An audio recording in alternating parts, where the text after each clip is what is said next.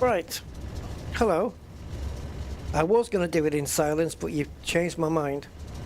Yeah, it's OBS, guys. OBS now and again decides it's going to revert.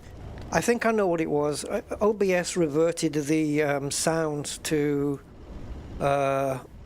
default, and default isn't compatible with what my actual defaults really are. And I think that's happened because I've loaded in. I have a different OBS profile for Flight Sim because I need a profile that takes up less VRAM, and the profile I use for Flight Sim in OBS takes up 1 gig less VRAM. Yeah, a gig. Yes. Takes up 1 gig less VRAM than my normal one, which I use for Elite and other gaming. And it seems that both of those profiles will reset back to default. And the reason for that, for some reason, was my, let's say, upgrade, in quotes, from Windows 10 to Windows 11. So I think it's probably to do with that it's reset the audio hardware and had to reload drivers in and stuff. So I can't blame OBS 100% for that, but it could have remembered my hardware names, maybe. Unless the hardware device assignments have changed. I don't know. So anyway, guys, little update. My head is still paying the price for doing that rally sim the other day. But I want to try and do this. This is a bit more slowed down. Well, depends on your point of view. The plane goes faster than a rally car, but the game doesn't. So today, guys, we're going to be trying out FSRealistic Plus along with sayintentions, and I am Vanotta, yes, my graphics card still has a 3 in front for now. So I want to use so FSRealistic. Let me just tell you what that does. Is it adds ambience, or like ambient sounds, or maybe the aircraft moving around a little bit, adds a bit of bounce when you're going down the runways and the taxiways and stuff. Now the new one, FSRealistic Plus, adds a whole lot more stuff, okay? Turkish 5 Echo uniform cleared direct. See, this sucks. I've literally got ATC switched off. I've got it turned off in sayintentions. Why am I hearing this? There's no mute button. I really want them to implement something where the radios cannot be heard unless you physically turn on and power on the radios in the plane. You know what I mean? So yeah, I don't know. It's tuned into 122.8. What the hell frequency is that? I don't even know what frequency that is. It's not any of the clearance or ground frequencies. But I do have it turned off. Let's turn off everything. So where was I? Yes, FSRealistic. So expect different noises. Some cool ones actually. I've been playing them back, and yeah, very cool. So you can experience noises such as when we get the flaps down, you've got flaps drag, so the effect of air turbulence on the flaps when they come down. And then we've got gear drag when the gear comes down, and the gear noises as well. And then we've got the slats, which are on the top of the wings. They've got drag sounds as well. And then we've got sounds for the main gear touching down. We have sounds for the front gear touching down. And to go with those sounds, when needed, we have all of the aircraft movement. So, for example, when we touch down, the plane's going to wobble quite a bit. When we get a lot of turbulence, the plane is going to wobble quite a bit more. And all sorts of different stuff going on. The only thing that's annoying me about FSRealistic Plus, and I hope the devs are listening, I have cockpit ambience switched off, but I'm still hearing little button click sounds in the cockpit, and I can't find any way to turn it off. I don't know how to do it. I don't know if there is such an option. So if we could get that sorted so we can have silence in the cockpit unless I put it on, then that would be cool. My God, we've got some breeze today. Where do I go to turn this off? I don't know if I can. Where's my little hand signal? Do I need to get closer?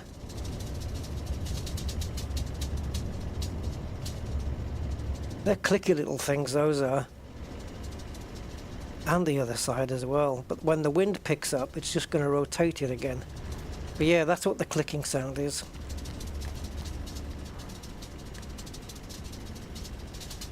Shush. I'm talking. Don't click when I'm talking. You're not a dolphin. Right, so yeah, so FSRealistic Plus looks like it's got some good effects.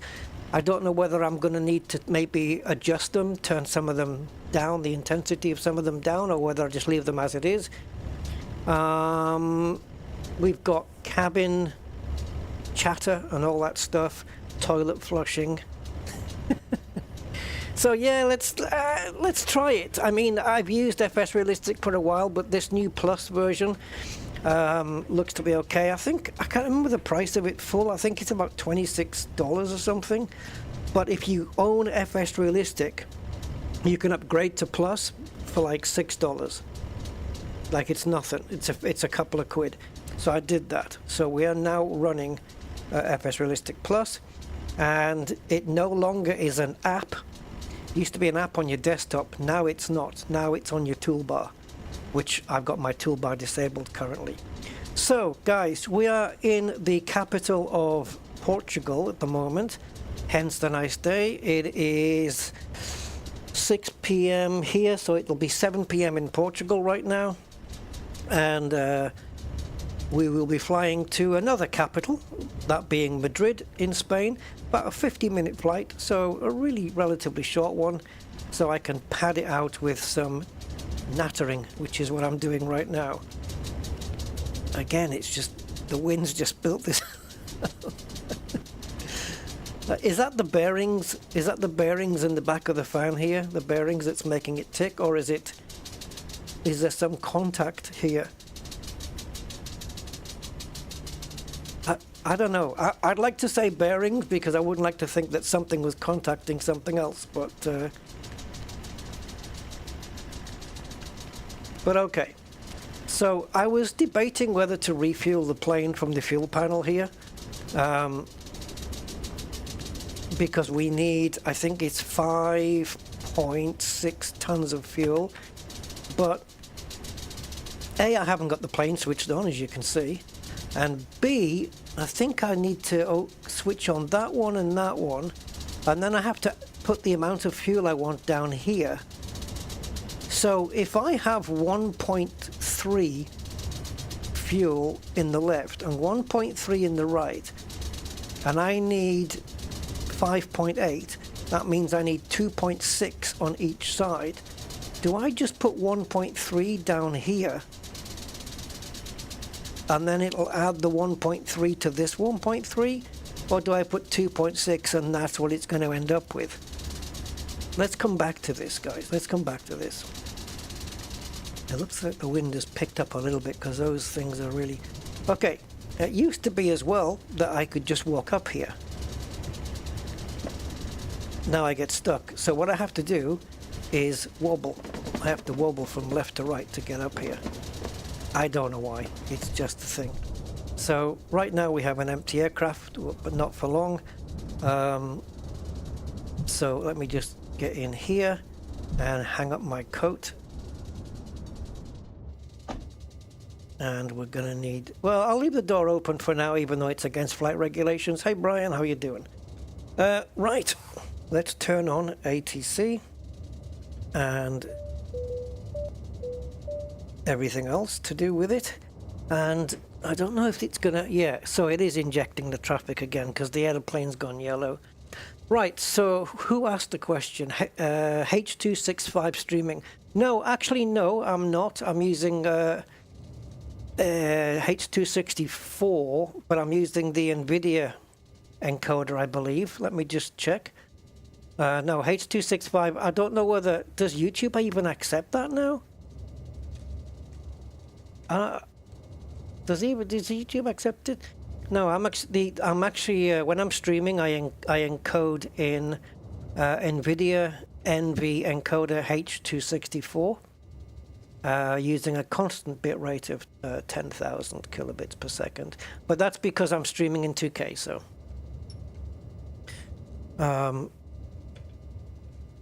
Yeah, I've never wanted to try H.265 yet, though. Because it's got to do all that compression in the background, surely, right? So, I don't know. I don't need that much fuel.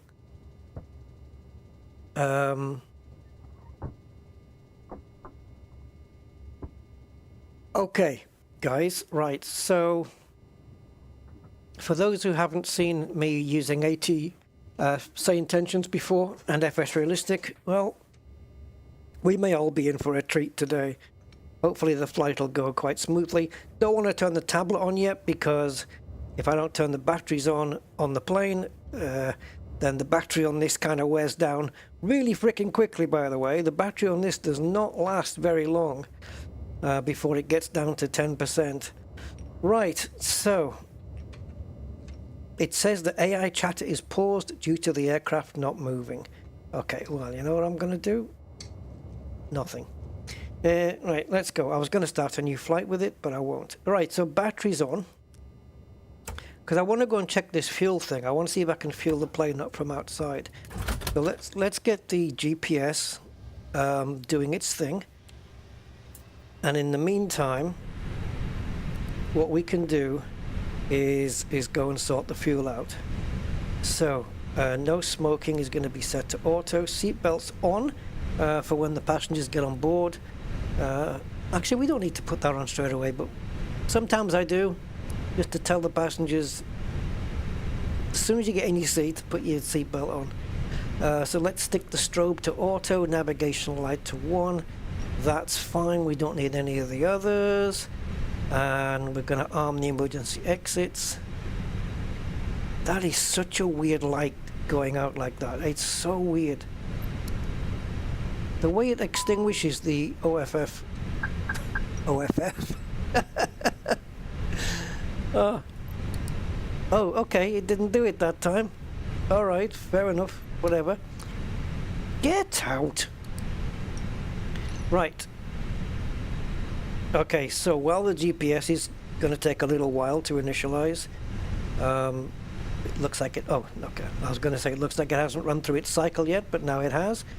So, refueling. Okay, so but are you saying that just because I've got the panel door open? I guess must be.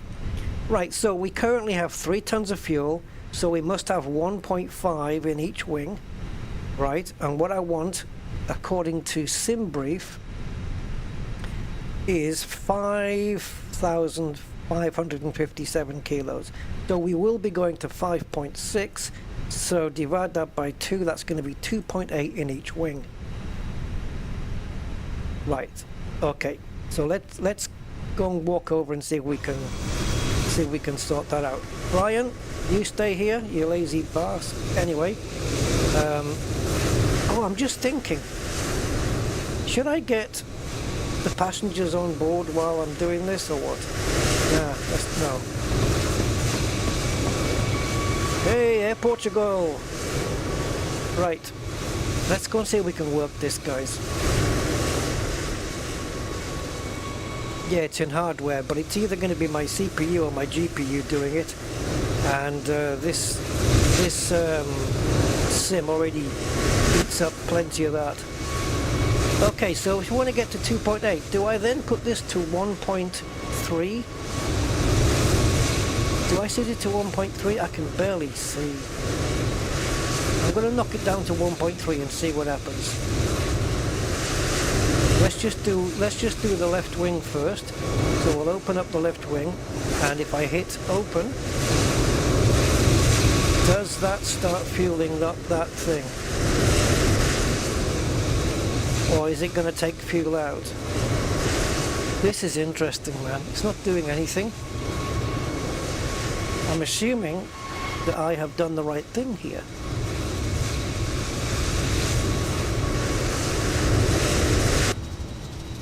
It's open, right? Yeah, it's open. Okay, so maybe the number that you put here is the amount of fuel that you want to finish with.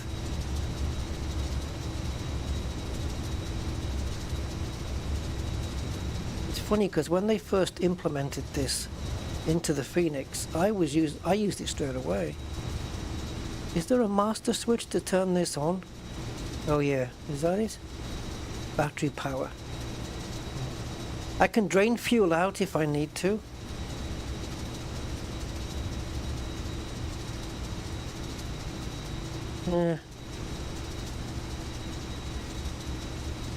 It's not. Is that okay? So that's shut. Normal. Open. If it doesn't do it, I'll just. And you know these little red tabs, these locking tabs, they will not close again until you put the switch in the middle position, because obviously they can't. What do we press here?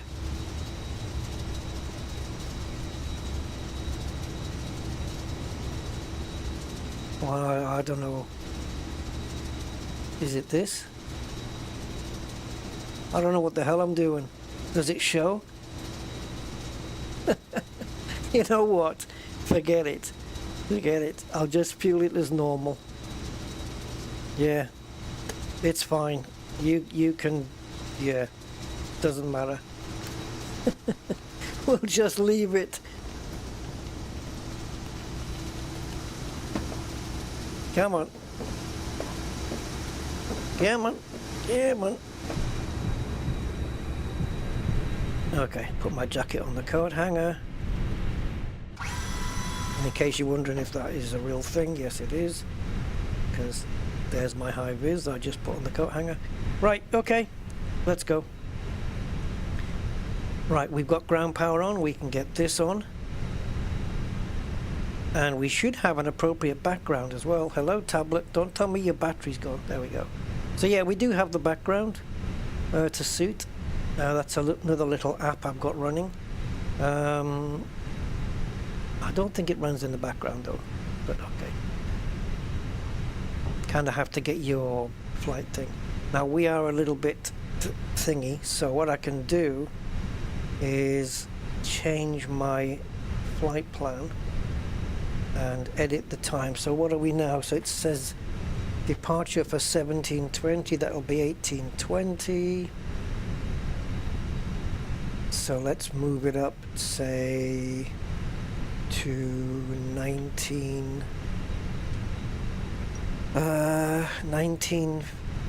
Let's go to 19:20. The hell. Generate the flight.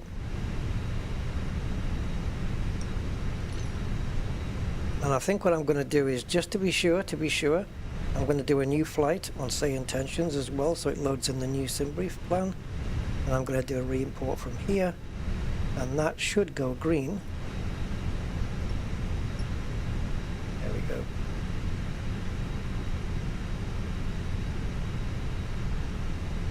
Yeah, so it's just giving me a little bit of a warning there because this is beyond 60 minutes. Okay, let me just edit that down, guys, so we can have it not freaking out. Let's just make it 1900 hours. And then generate the flight.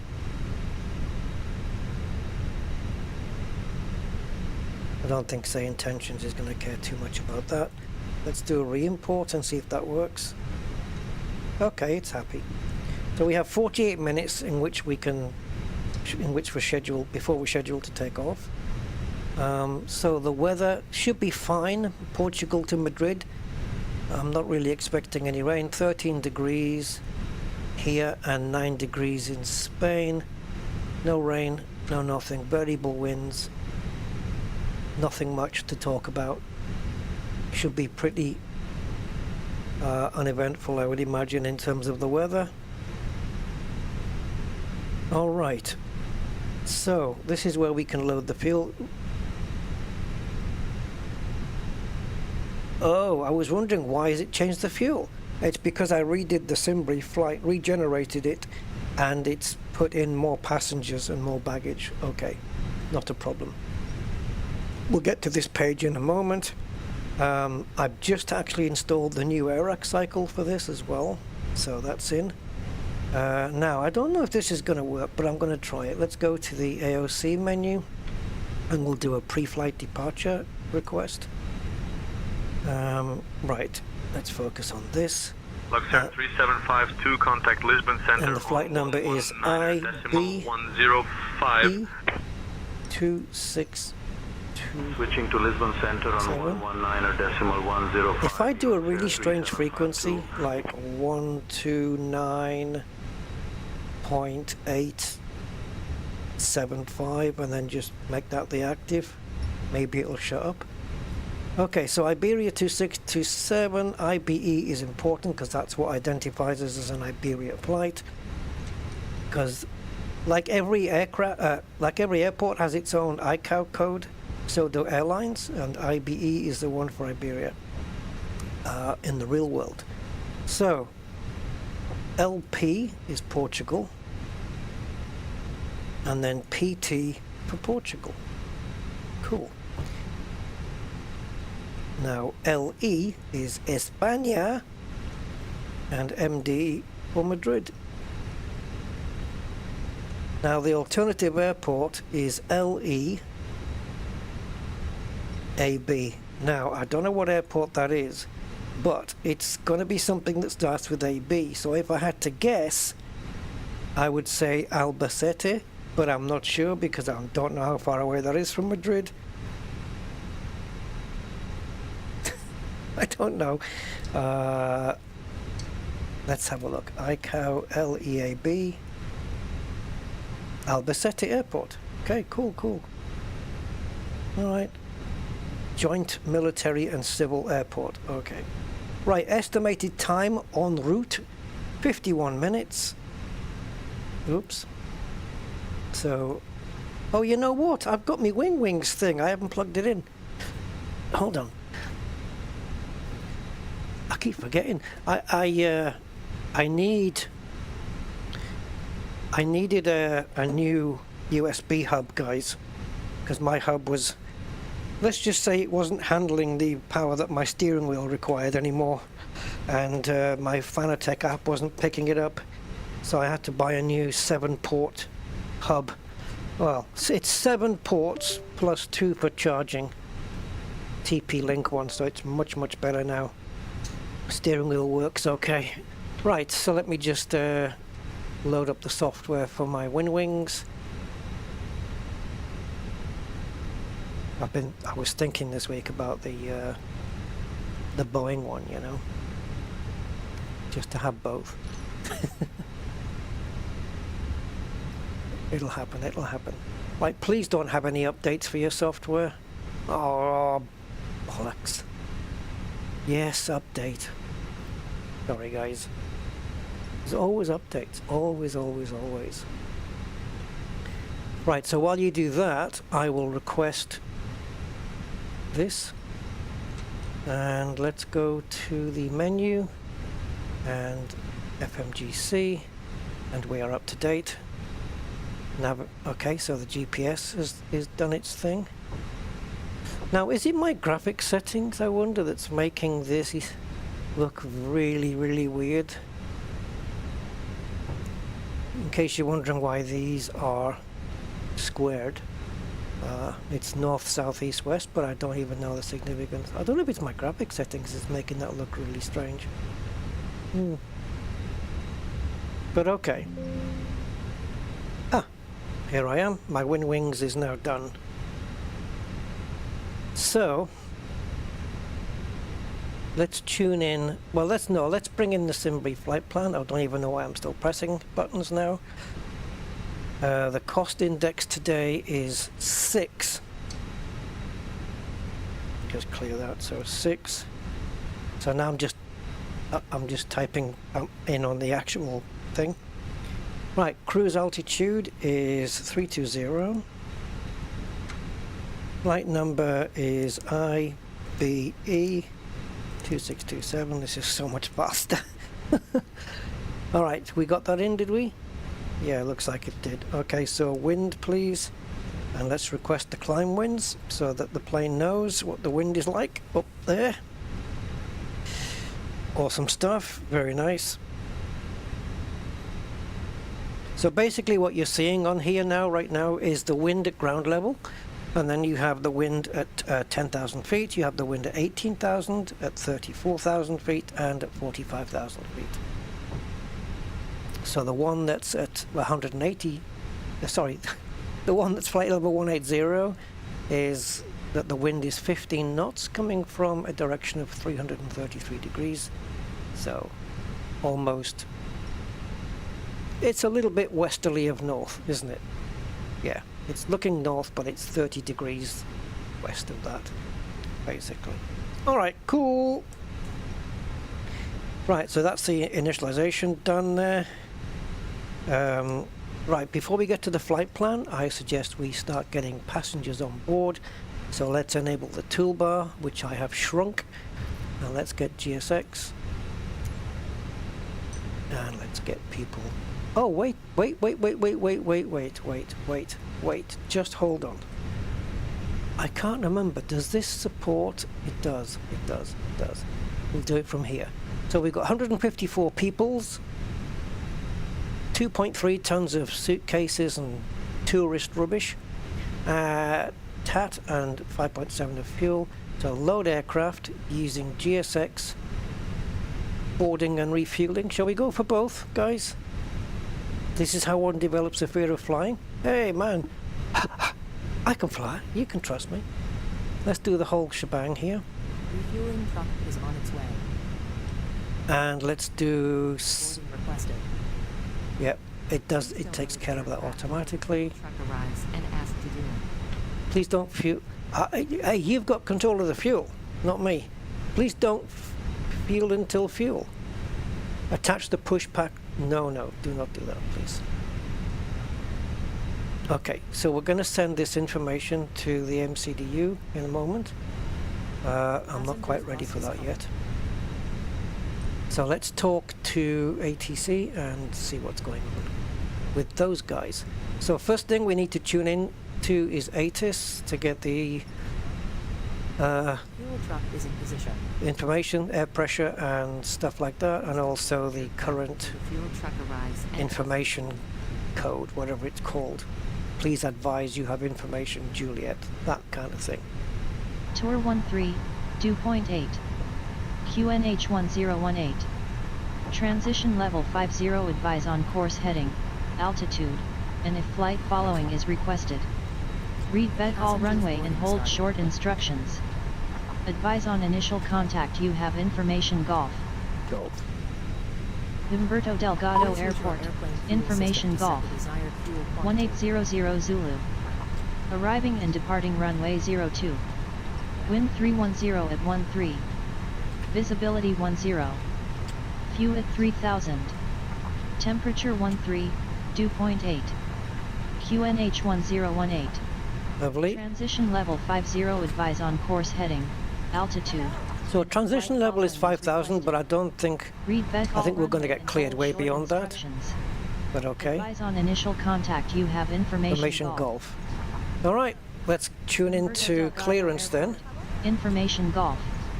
which is 118.955. Wind 310 at 13. Visibility 10. Fuel at 3000. Temperature 13, 2.8. Can you hear people getting on? 018. Can you hear the people getting on, guys? That'll be fine. Welcome aboard. Yo!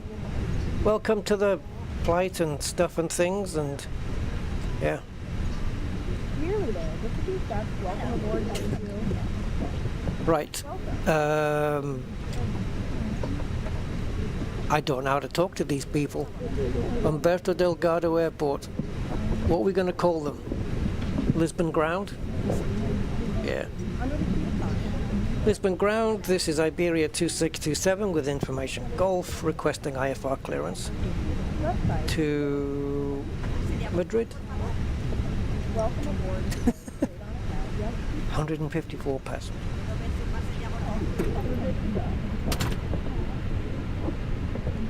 Right, let's lock that door. nearly there. Are we not tuned, guys? Did we not tune? I'm not getting any response. Left side.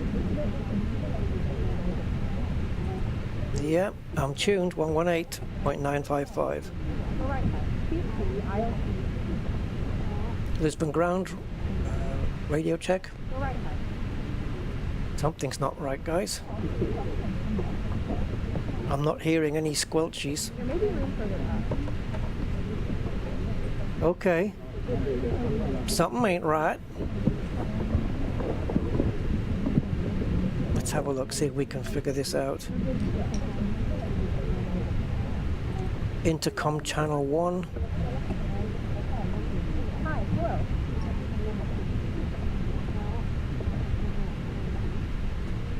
Okay. Welcome.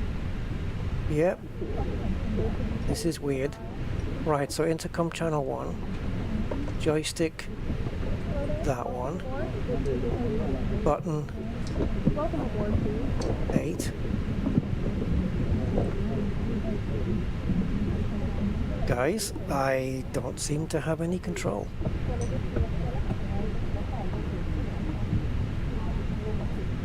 Welcome. That'll be fine. I've got no ATR. ATC, sorry. I've got no ATC. It's not recognizing my button. Past the galley. Press on the right. No problem at all. Just one more row. Hi, come on. This isn't cool. Under the seat car. Why is it doing this? I'm gonna have to set up my buttons again. Hello there. There may be room further up. Bear with me, guys. Bear with me. Right, so let's go. Com radio. Hello, welcome.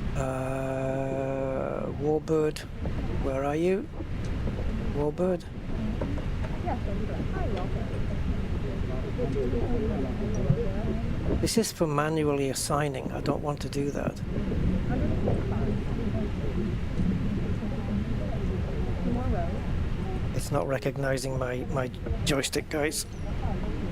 Hold on. Yes, that's fine.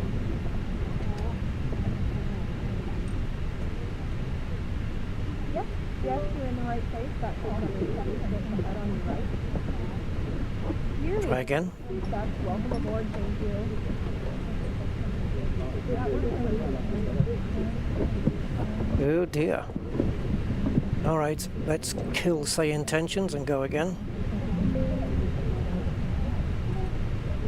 welcome aboard. Enjoy. Not good, eh guys? Not good. Nearly there. Just keep that. Welcome aboard. Thank you. I don't really want to fly without it, if I can help it. But it seems to have forgotten, or it's not recognizing my joystick presses. What have you done, Windows 11? What have you done? Yes, straight ahead. Right, say intentions. Let's go again. Welcome on board. Please step inside. It's going to be dark soon. And you can stop that catching up with the graphics crap as well. Right. Let's go to settings and controls and radio comms. Got it. It picked it up. Okay, next one is channel 1, which I think is Brian. Okay, it's got that one. Channel 2 Yes, that's the one. is Just past the galley. Press on the right. No problem at all. cabin crew, right? So that's that one. And channel 3 is passengers, so it's that one. Lisbon ground, this is Iberia 2627 requesting radio check. Ah, Under the seat car. That sounds a bit better. Iberia 2627, Lisbon clearance, Roger, readability 5. Perfect. Oh, clearance, sorry. Lisbon clearance, Iberia 2627 with information Golf requesting IFR clearance to Madrid.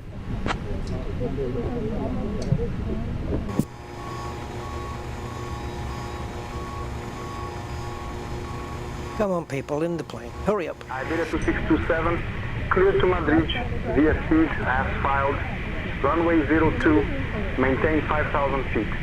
QNH 1017, departure frequency 125.130, squawk 4273.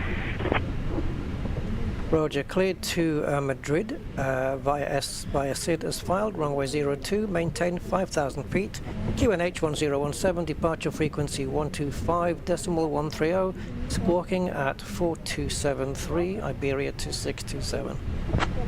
Alright guys, we're cleared to Madrid, maintaining 5,000 feet, which I've already preset. 627, read back correct. Ground is on 121. I love the Spanish accent there. It's so cool. Right, can I make my interface a little bit bigger because it's right? Okay.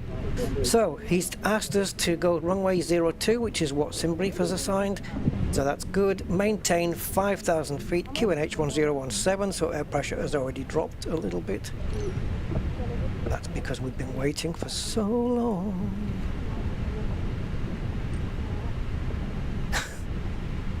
And departure frequency 125.130. Let's do that.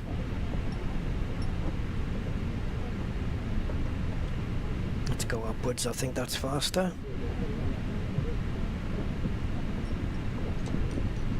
Okay, that's Lisbon departure. And squawk is 4273. Where's me squawk? Nope. Try again. Nope. Try again.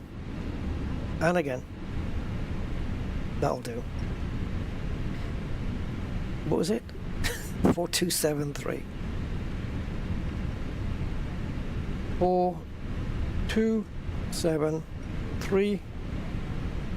And let's switch that to auto, even though it's on standby, which is fine. And let's switch that to TRA. Don't really need to switch it to TRA until we're off the ground, I don't think. I think we can just hold it on standby. But this just makes it both ways, so it's fine. Transponder is sending and receiving. Right, cool. We don't need to talk to him again until we need pushback, so let's file the flight plan. As people are people still boarding? Doesn't look like it. We'll get rid of the stairs and everything in a minute. Right guys, minus 52 up there. Ooh, cold. Right. Alright, so El Puppeter. And we will be departing from runway 02 via, I don't know. Did he tell me?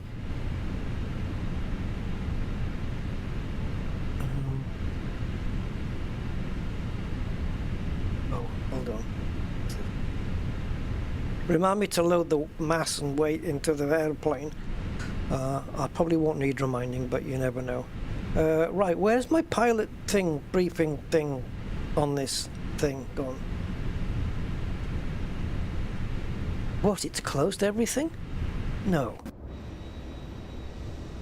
Yeah, so, oh yeah, cool. We just need to dismiss the stairs. Yeah, it's getting dark, guys. Alright. Let me have a look at the flight plan here. So, we are flying out via the Au revoir 1N departure. Au revoir. There you go. Au revoir 1N. And there are no transitions available, so let's insert that. And we'll be landing in Madrid. Arrival on runway 32 right. Hopefully it's on ILS. It is. ILS Zulu, that'll do. And we're coming in via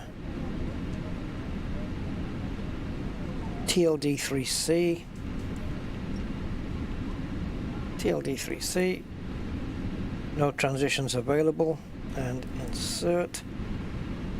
Alright, coolness guys, that's it. Hey Daniel, I've always wanted to play this, but I haven't got a clue. Well, you don't play it, you fly it. Don't worry, there was a time I didn't have a clue either, and some might say I still don't, but that's fine. Right, let's just check the thing. But yeah, it's just a case of applying yourself really, and just making yourself, you know, learn it. Just watch plenty of videos. Yeah. Focus on, realize the bit you need to learn, you know? Like, I want to learn, like, my first thing was, how do I start this plane from cold and dark, you know? That was the thing I needed to learn first. And then I just saturated myself watching videos of just that. Cold and dark, you know, and I just kept watching it over and over and over until I got it. Right, what's left up here? Parking brake and no smoking, that's good. Okay, right, let's check the flight plan, but not before. Let's do the performance first, actually. So if we go to the second init page, this is where we get to do the mass and balance, and just send it to the MCDU, and it should fill everything in there. Please. Thanks. Okay. Well, I hope Albacete's really close, because in case we can't land in Madrid, which of course we will. Traffic. We've got 15 minutes of fuel available to get to Albacete. Half a ton. That's leaving it a little bit. That is tight. But thankfully, we won't be doing any of that stuff. So cool. Right, let's finally do the performance page, guys, and let's go calculate that on the tablet. So I think if we go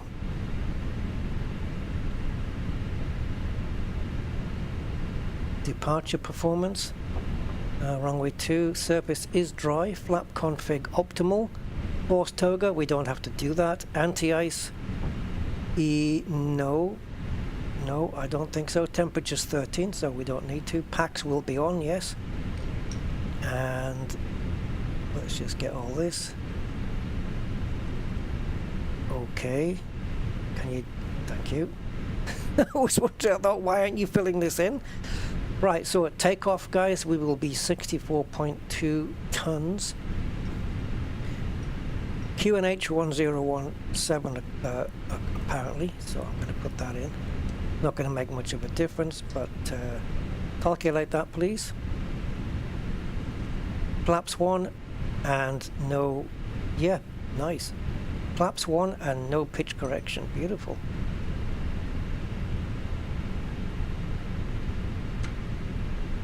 $4,000? Well, really, because they told me it was 5. Someone's lying. Alright, send that to the MCDU, please, and that should populate that page. Who's lying, guys? Air traffic control?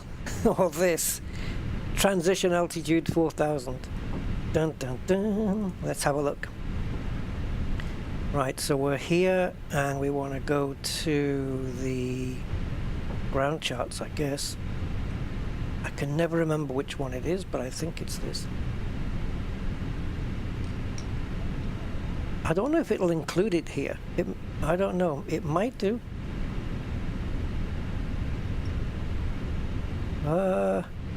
No, it may not. No, it may not do it here. Let's try this one.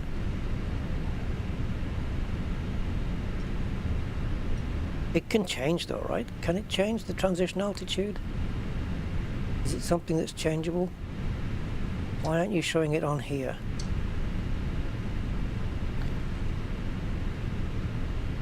Okay, let's get it on one of the SIDs then. Departure. So we're coming out of what? Or of 1N, isn't it? Now that's or of 1S. That's not us. There we go. This one. I'm just curious. I just want to see which one of those is right and which one is wrong. 4,000. Ooh. So air traffic control has told us 5,000. The official is 4, but okay, I'm going to go with air traffic control because they are allowed to overwrite these things. So, okay. This is our flight today, guys.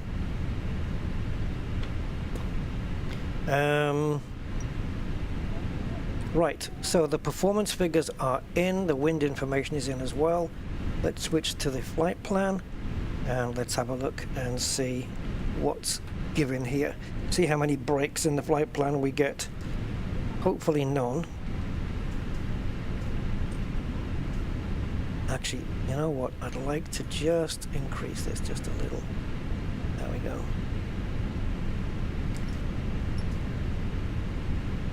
Okay, so there's top of descent right here. Okay, okay.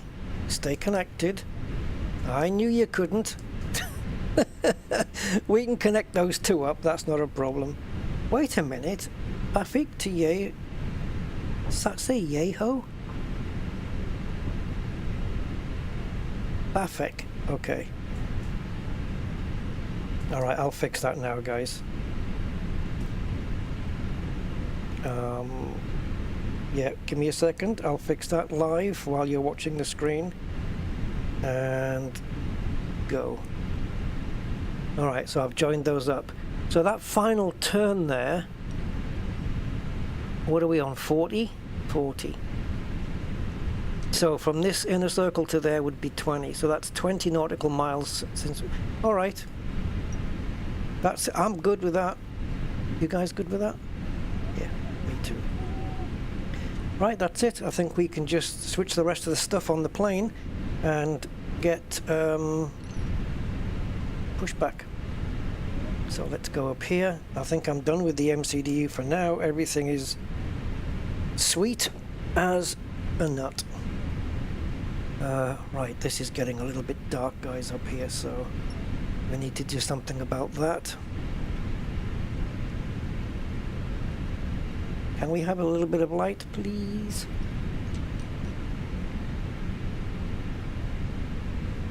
Here.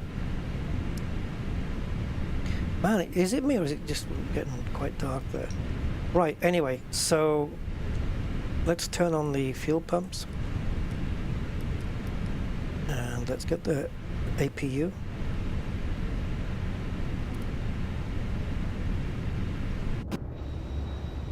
Oh, we need to get a shot of those stairs as well. Let's do that.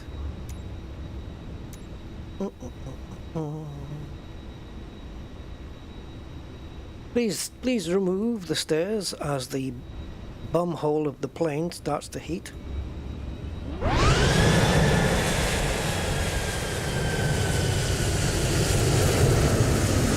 You have to push it? Yeah, you have to push it a bit further away than that, mate. Oh, I see.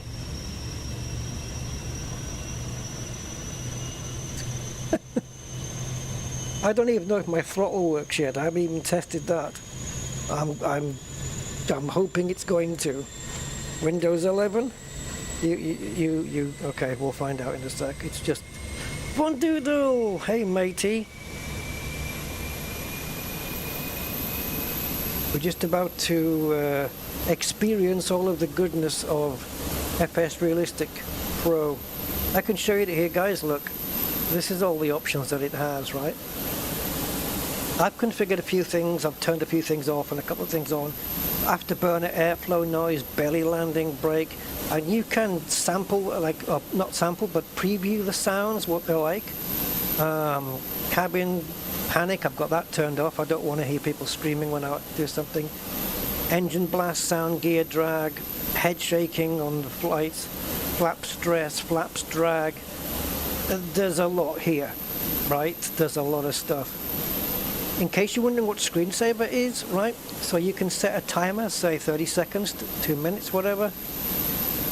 And then when you're in the cockpit, you'll have like, I'll show you. If I go to screensaver mode, right?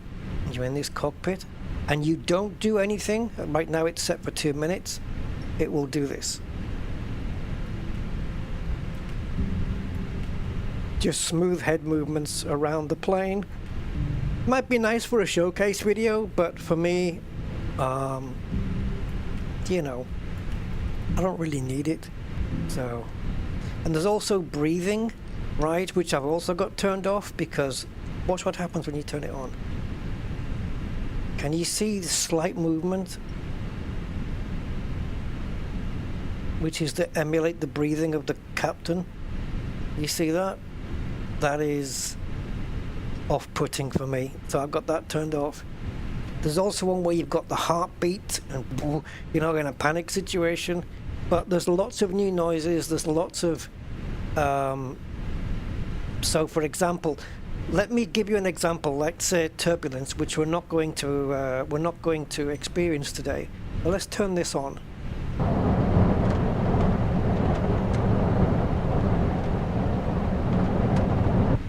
See what I mean? So we're not going to hey, we better not experience any freaking turbulence today, let's just say that. So yeah, plenty of sounds to play with, and plenty of movement to play with as well. So let's see what happens. Right, APU is available. Okay, so I'm going to put the APU bleed on right now, otherwise engines will not start. Let's turn the dome light off for now, we don't need that. Right, we're gonna, as soon as we get clearance to start the engines, we'll turn the beacon light on. So let's do that.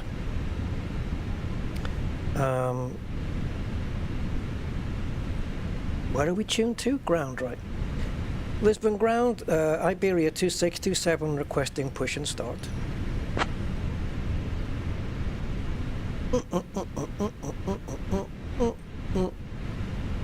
Iberia 2627, contact Lisbon ground on 121.755 for push and start.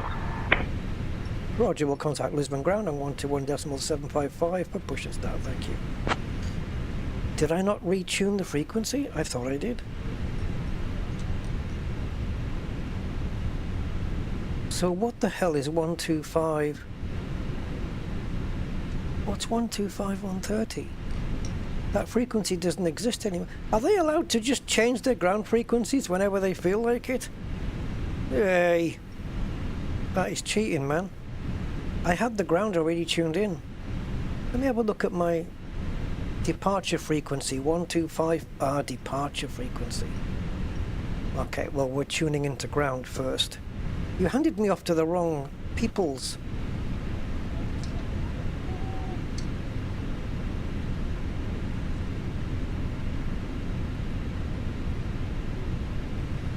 Lisbon ground, Iberia 2627 requesting push and start. They handed me off to departure. Okay. Iberia 2627, push and start approved. Face south. Roger, push and start approved, will face south, Iberia 2627, thank you. Now, is there a way to do it through here? Because I can't remember whether we can do it through here or not. I don't think it's here, right? I know this integrates with DSX, but I don't know if it'll go to that extent.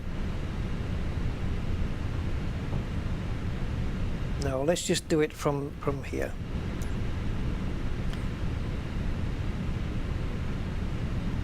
Now, which way do we need to face? Yep. I don't know. I should have said, didn't I? I should have said. Hello, Captain. We are ready for pushback. I should have said push and start. No, it doesn't matter.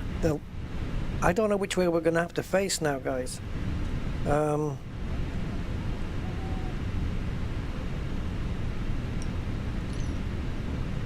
Let's see if I can ask. Maybe I can ask. Bypass pin inserted. Lisbon ground, this is Iberia 2627. Which direction do you want us to face in for runway 02? Let's see if he'll come back and ask and tell us. Iberia 2627, face east for runway 02. Roger, will face east for runway 02, thank you. Okay, so east it is, because I know it's going to ask us. Are they... Locking gear.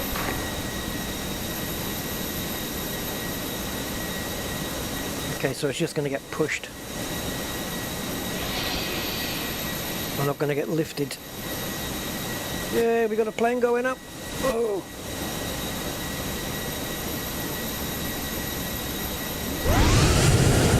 Oh my god. That's a plane nearby that, see, it just cuts off.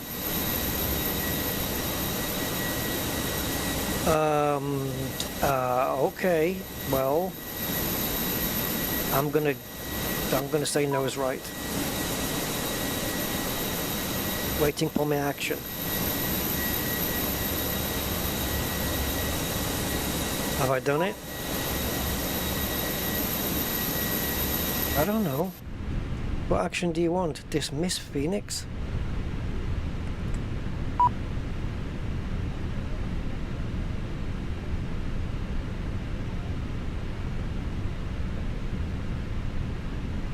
What does that... I don't know what that means. Oh, bollocks.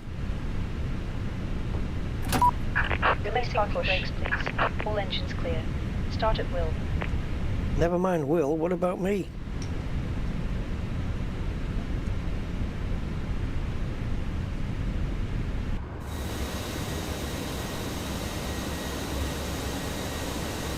My iPad went dodgy there, guys. Anyway, we get to start the engine. Is it back? It's back. Yeah, it was... I still had the chocks on. Freaking idiot. Okay, let's start engine 2.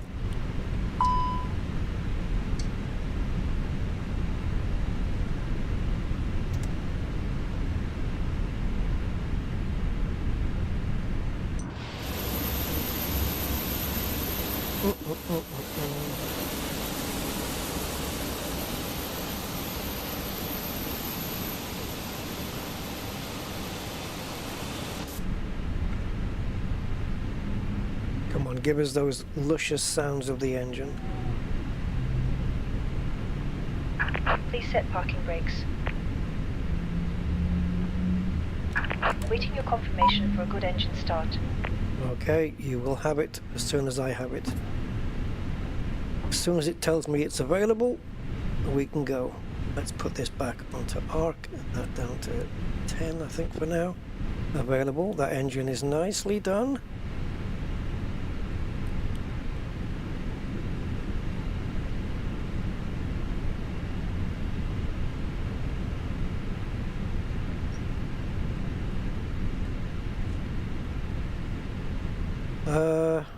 Yeah, that's all good. Alright then, peoples, it's time to get your seatbelts on. I'm going to put the taxi light on. We don't need the runway lights on yet because, or the runway turn-off lights, because it's not dark enough, in my opinion. Didn't put the beacon light on. What a pop, little idiot, yeah. That sounds like we've got both engines. Alright, so we have a good engine start on both, and we can turn off APU. Delta Echo ready to taxi. Charlie Sierra Delta Delta. Echo, runway 2 taxi via Delta. Whiskey Quebec 3, Golf 2, uniform, Mike 5. Cockpit to ground. We have a good engine start. Quebec. Runway 2 taxi. It's Quebec, guys. Quebec. 3, Golf 2, uniform, Mike 5, Charlie Sierra Delta Delta Echo.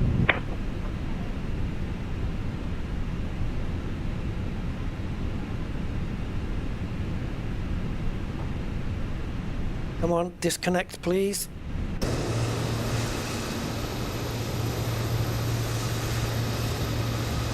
The livery on this doesn't look very high resolution at all. I don't know what scale it's at.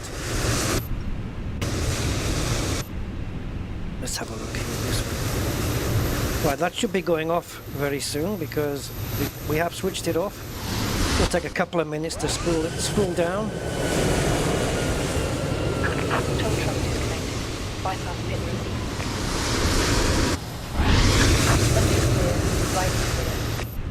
There's lots of noises going on. Alright, well I'm going to need a taxiway now.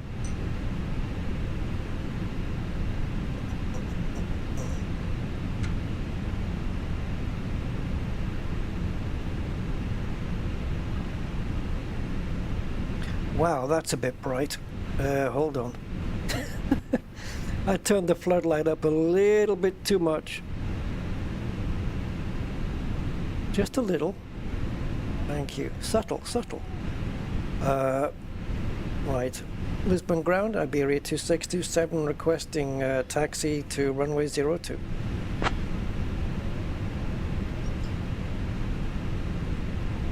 Flaps 1, wasn't it, for takeoff? Iberia 2627, runway 02 taxi, via Charlie, Whiskey, Quebec 3, Golf 2, Uniform, Mike 5. Taxi to runway 02 via Charlie, Whiskey, Quebec 3, Golf 2, Uniform, Mike 5, Iberia 2627. Have a good day. Lovely.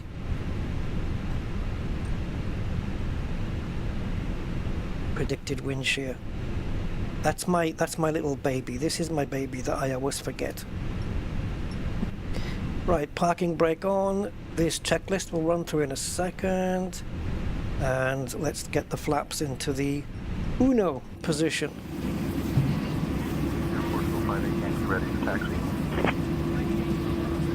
Air Portugal 58 Yankee, runway 2 taxi, via Lima 1, November 1, Mike 5. Do we have people in here yet? Or oh no, it doesn't put them in, okay. Via Lima 1, November 1, Mike 5, Air Portugal. But I think if I illegally open the door.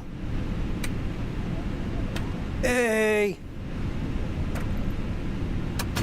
Right. Now I shouldn't need to ask cabin crew to prepare the passengers. Can you please run through the safety procedures as we prepare for taxi? Let's see if I can have a word with Brian. Ladies and gentlemen, as we prepare for taxi, please direct your attention to the cabin crew as they demonstrate the safety procedures. You ready for the flight, Brian? Thank you. Don't stare at me, answer me. We're all set for the flight, Rusty. Let's get moving to runway 02. Yeah, all right. Portugal 903, ready to taxi. Right, let's go, guys. Okay, runway 02. 7, we are ready to taxi to runway 02 via Charlie Whiskey, Quebec 3, Golf 2, Uniform, Mike 5, with information Golf. I never told you to say that, Brian.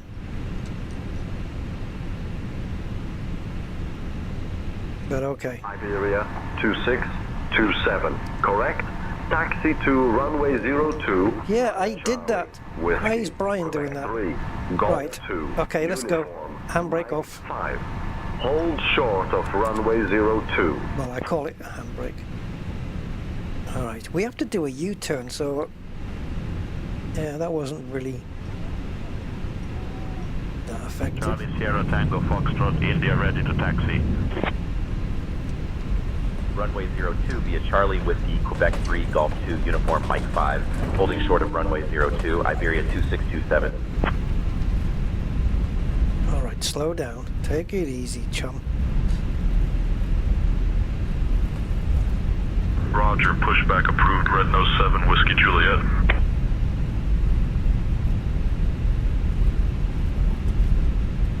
There's a slight bit of head tilt movement, guys, as we turn the corners. You may notice if you look in the bottom left where the iPad buttons are, the buttons on the screen, you might notice them move as we take this right-hander. You see, it's just preempting a little bit of head movement. That's that FSRealistic at work.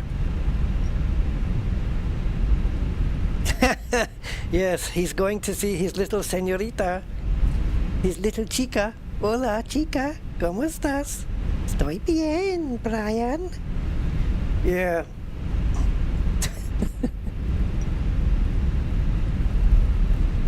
Ay, qué guapo, ¿no? Sí. Yeah, Brian's around here. All get... Red Nose 7 Whiskey Juliet, ready to taxi. Red Nose 7 Whiskey Juliet, runway 2 taxi via Zulu, Mike 3. I still think those floodlights on the dash are a little bit too bright. Taxi via Zulu, Mike 3, Mike Oh man, this looks busy. Or is it just me? Air Portugal 58 Yankee contact tower on 118.105. That's a loud radio, guys, isn't it? Tower, Air Portugal 58 Yankee.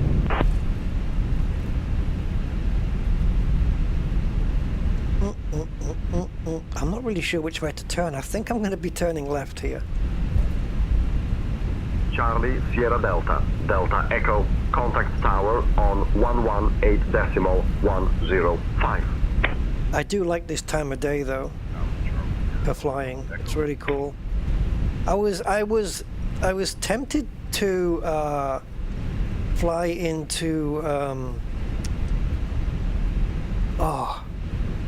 the hell's it called? Is it Innsbruck? The airport code is LOWS. Can't remember if it's Innsbruck or not. But it's quite a tricky. It's a tricky entry. I don't believe it's ILS, and I believe it's quite a tricky approach. But it does look gorgeous. But if we did this now, we wouldn't appreciate it because of the time of day. We need to do that in the daytime. Look at the planes up front there. It looks so cool. This is a little bit next level immersion here now with FSRealistic, I think. We still have a little ways to go for taxiing. I think we're following that plane on the left there.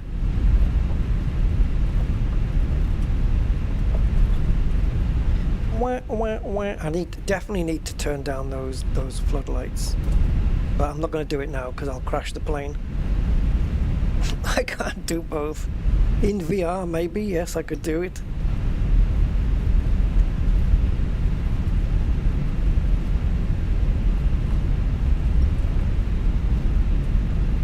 Is that the moon up there? Or is it a plane? Or is it a bird? Or is it... That's not a good cinematic view. Give me another one.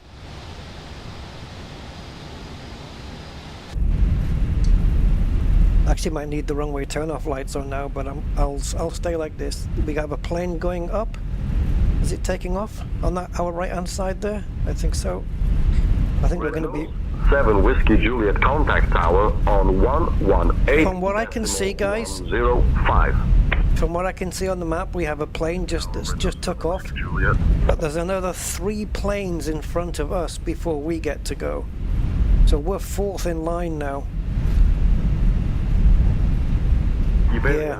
2627. Contact tower on 118.105. Bye-bye. Roger, will contact tower on 118.705. Thank you.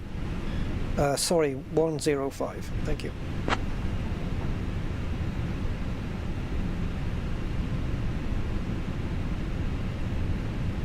I'll just automatically do that, guys.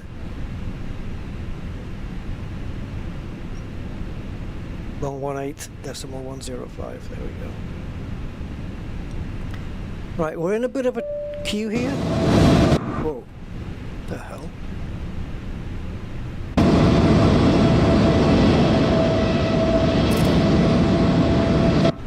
Yeah, we can do nothing but wait here, guys. So while we're waiting, let me just reduce the floodlights a little. I don't like them too bright. It's especially at night time, you really don't need it. Just something nice and subtle. Third party Bronco. Flown it or driven it? No, is the answer.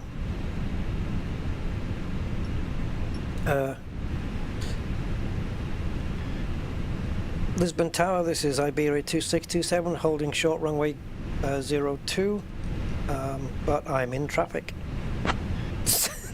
I just thought I'd add that piece of information in. I am holding. Iberia 2627, Lisbon Tower, runway 02, hold short. You're number 1 behind the Embraer 190.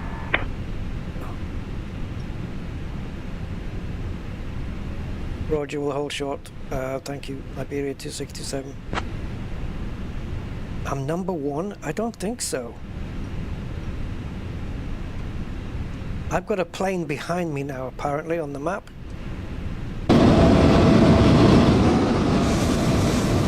No? Yeah.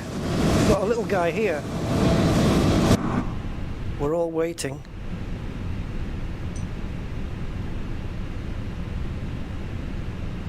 Is this... I don't know, guys. Is he getting clearance? Air Portugal 1933, contact ground on 121.755. Right, hopefully whoever he's calling there is one of these planes.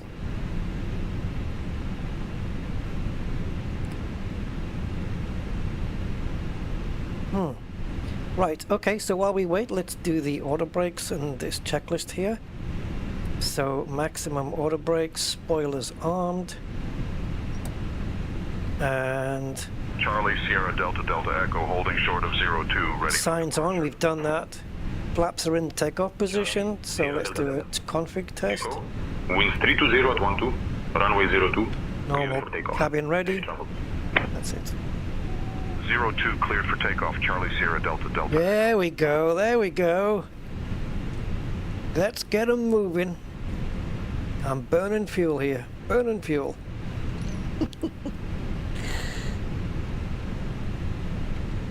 Who's that dude on the wing?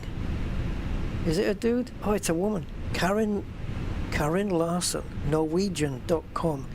So it's a Norwegian bird? Karin Larsen. If anybody wants to Google that and let us know, you feel free. Karin Larsen. Oh, Swedish artist, there you go. Yeah, she's gorgeous.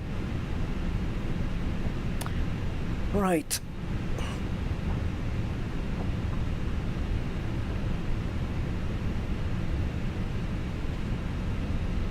Okay, let's move off here. Let's move off here and go to the charts.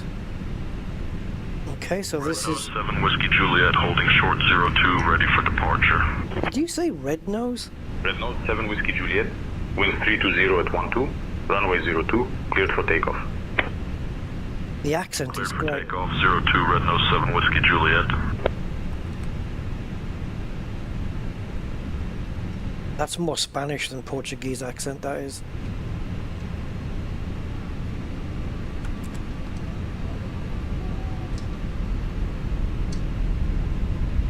So what? Oh, that's Air Portugal in front of us. Yep, absolutely. I was looking for that livery actually to fly, but I didn't have it for this plane, so I instead got the Iberia one, which is the Spanish one, so it still kind of makes sense.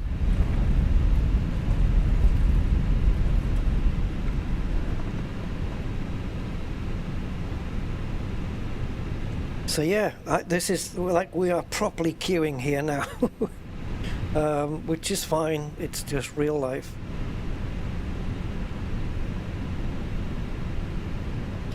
How's me brake pressure?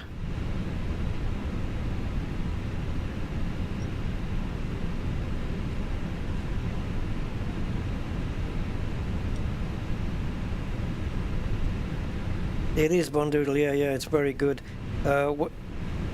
I'd like to hear more sounds from FSRealistic though. I think some of that is FSRealistic. Look at this. It's a pity that the planes adjust their height by stepping down the way they do. Over to departure, Red Nose 7 Whiskey Juliet. Okay, we're on the holding point here. Is there another holding point where that plane is now? I can't really see. I don't want to put my landing lights on yet because... well, yeah, let's do it. I still can't see anything. Okay, so guys, what we're going to do is we're going to put our taxi lights back on, but this time we're going to put it into the takeoff position. Landing lights, let's put the turn-off lights on as well because we need them. The only one we don't need on is the wing because we're not looking for any ice on the leading edge of the wing. Alright, so that's it. So we just have to wait for our turn now.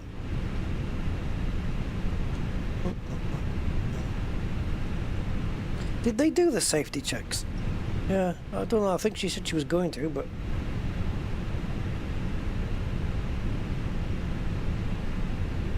Up it goes. Right, so we're waiting now. It's our turn next. We should get the next call, guys. Iberia 2627. There it is. 02. Winds 310 at 13. Cleared for takeoff. Roger, cleared for takeoff. Runway 02, Iberia 2627. Thank you so much.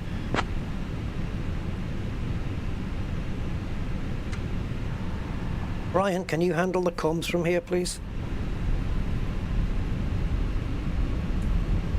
I am only rated to handle IFR-related comms for now. You'll need to handle the VFR comms. Oh, you're shitting me. Why is this assigned as a VFR flight?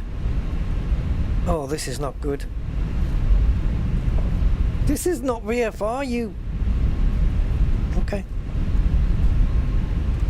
Why is it rated VFR then? It did this to me last time.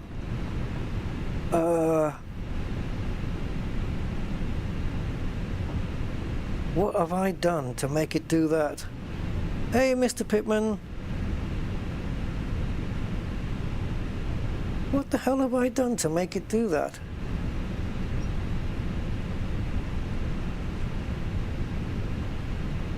I asked for IFR clearance, did I not?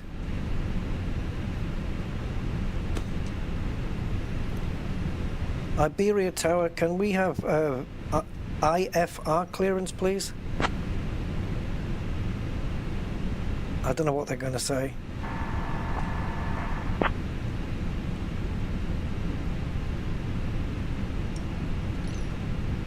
It says clearance on request, you're number one. Brilliant. Thing is, as soon as I get up in the 2627. Clear to Baranchas via the Orved 1 November departure. Ladies and gentlemen, that's it. We got it. Iberia flight 2 Initial They did it. Flight level departing 100. from Humberto Delgado Departure on Airport, 125.13, squawk 4273. Please take your seats according to your boarding passes and stow your hand luggage And now they're going through the whole thing. or under the seats in front of you. Roger, cleared via the Orville 1 November departure. Departure runway 02, initial climb to flight level 100. Departure on squawk 1. Departure on 125.13, squawk 4273. Iberia 2627. Brian, please handle the comms. Iberia 2627. I'll take over the comms, Rusty. Ground is on 121.755, safe flight, sir. So now that I got IFR clearance, they had to go through the whole thing, and now the intercom lady, Tracy, whatever her name is, she went through the whole baggage thing as if we were at the start. Hi, can you prepare the passengers for takeoff, please? How many planes are we holding up, guys? I'll handle the passenger announcement for takeoff. 3. No, you won't. Can you let the passengers know we're ready for takeoff, please, and secure everybody and all that stuff? Understood, Captain. I will make the announcement and ensure everyone is secured. Okay, let's go. Ladies and gentlemen, we are now preparing for takeoff. Please ensure that your seat belts are securely fastened and all carry-on luggage is stowed properly. We appreciate your cooperation and wish you a pleasant flight. There you go. She did exactly what I asked. I'm happy now. Let's go. Finally.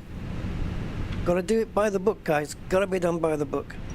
Yeah, I accidentally asked Brian to do it. That was a mistake. Alright, ready? Let's go.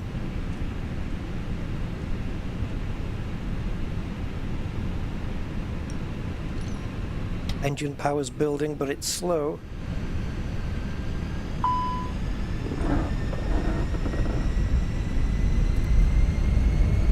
stable. Let's push.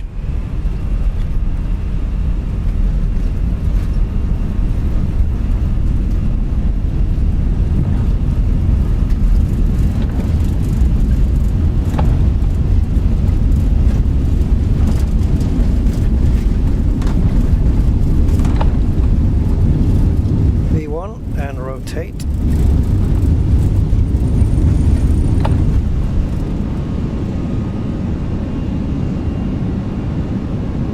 Positive climb and gear up. Brian, you didn't announce positive climb. See how we've got a bit more shaky going on now?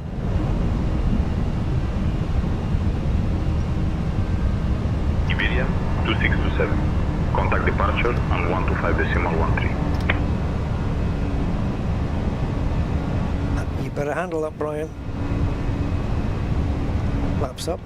Switching to departure on 125.13, Iberia 2627. I don't like this. I can't see my instruments. There we go. Lisbon departure, Iberia 2627. Good evening, climbing through 1500. Man, this is a bit wobbly, guys. I think one of the settings needs to be a little bit... 627, Lisbon departure, identified. Climb, flight level 100.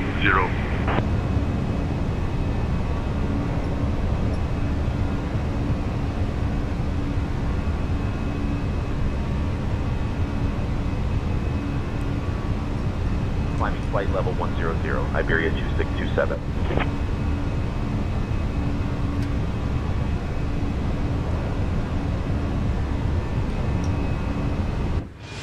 Iberia 2627, climb, flight level 220. Already?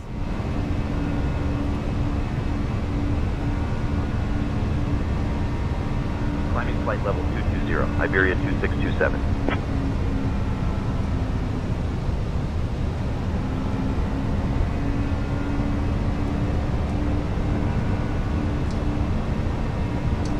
Come on. Ah! Sometimes I can't reach that. Iberia 2627, contact Lisbon on 136.03. Switching to Lisbon on That's a lot of movement, guys. Iberia 2627.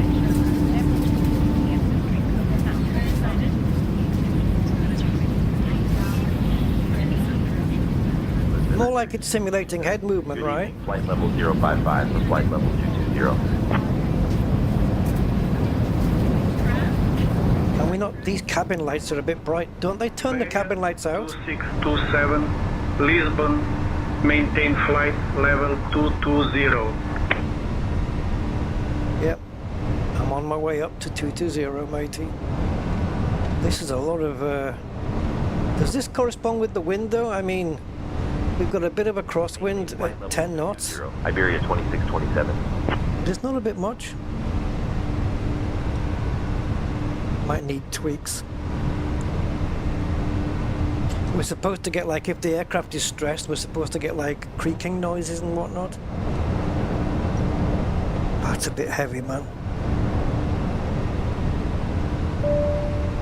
Lisbon Air Baltic for Papa Echo, flight level 370. Air Baltic for Papa Echo, radar contact.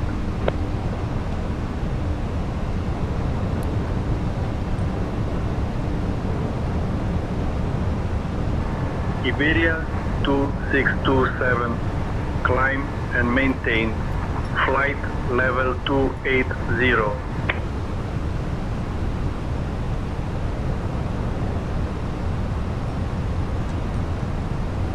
Climb and maintain flight level 280, Iberia 2627.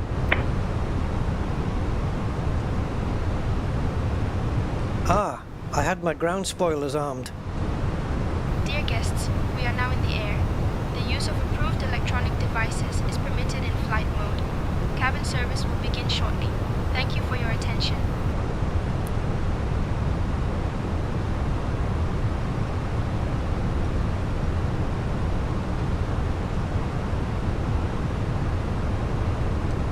Hey Laura, passengers can remove their seatbelts now.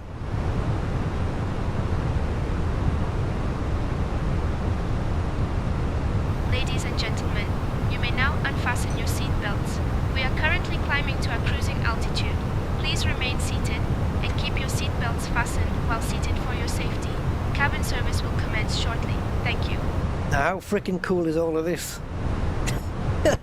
Hey, one doodle. It's good, isn't it? Yeah, it's because I still had the ground spoilers out. They were armed, and I guess that was what's causing the turbulence, because right now things have settled. Let's take a look out of window number 1, children.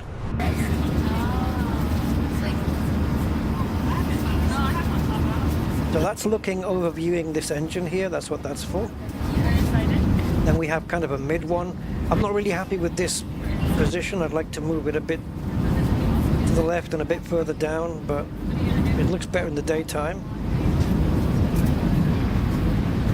And this one is showing the back of the Iberia wing. 627, climb and maintain flight level 320. He's very slow, that one, isn't he? Very slow and deliberate. Right, this is our cruising altitude, so we've been cleared all the way up. Climb and maintain flight level 320, Iberia 2627.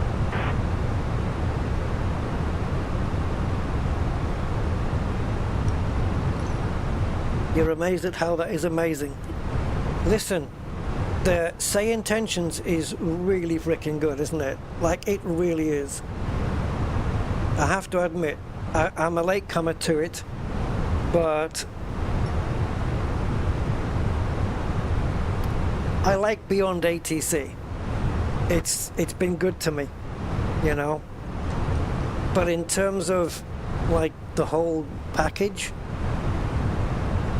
Say Intentions is better. It's better. And like all that cabin crew announcements, and you know, when they're going to bring the food around and stuff, that's all part of it. Flight level 200, cleared for the SAB4 Bravo arrival into Lisbon. So here we go, guys. So there's the border between Portugal and Hispania. I've driven from down here all the way up Lisbon, Air Portugal 75 through Seville, and then across, and I've actually driven to Lisbon. Air Portugal 750. And I've driven to Madrid as well. Charlie, radar contact. So where's Albacete? Because I know this was our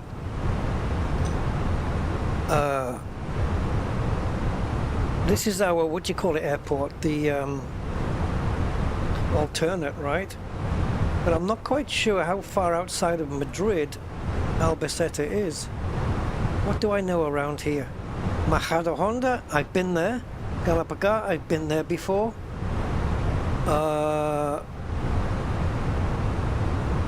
If I zoom in even more, I'll tell you even more places. I went to a restaurant up in the mountains. I'm trying to think what it's called now. It has a very famously sounding name. It's not here. And it was the first time I ever had swordfish steak. It's really nice, by the way. Puerto de Navacerrada. Been there. I've been to Navacerrada, let's put it that way. The actual port, the door, whatever, however you want to translate it, no. All this region, yeah, I've been around. Where's that place I had that fish? 645. Descend and maintain flight level 230. Cleared for the Zamax 3. I'm trying to think what it was called. Into Lisbon. It's up in a mountain. 230, cleared for the Zamax 3 Bravo arrival into Lisbon Air, Portugal 645. I think they get quite a bit of snow as well, believe it or not. Lisbon, Finnair 7 Alpha Charlie, flight level 350. Where the hell is it? Finnair 7 Alpha Charlie. Right, there's Madrid.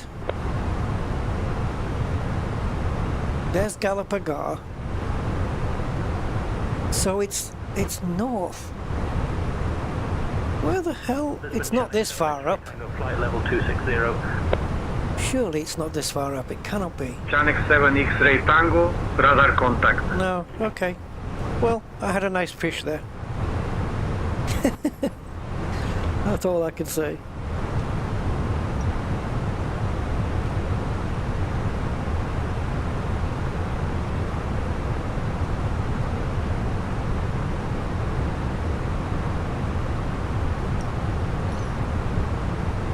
Right, let's have a look out.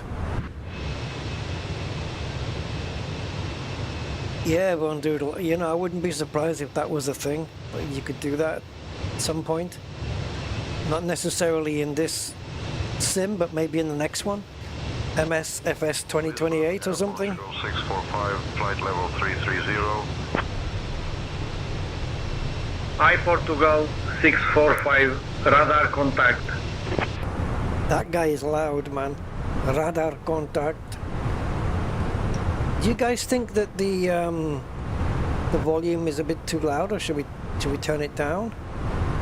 The comms. I can turn it down a wee bit if you want.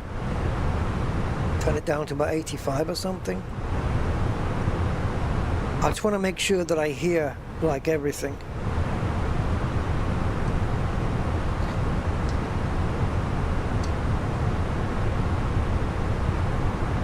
Hey Laura, any chance of a cup of tea and some chocolate biscuits? Understood, Captain. We'll bring tea and chocolate biscuits to the flight deck now. This is the first time she hasn't said that she's going to wait until she brings the cart round. Awesome. Tea and chocolate biscuits.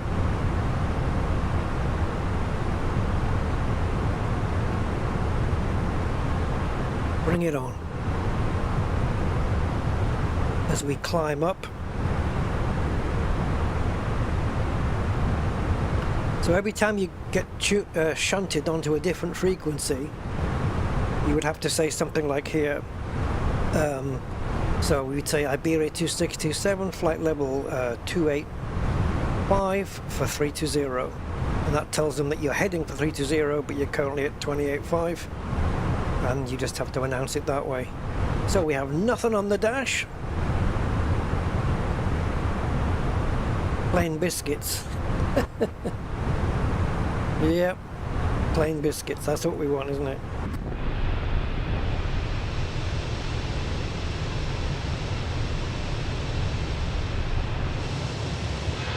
Yeah, nice one.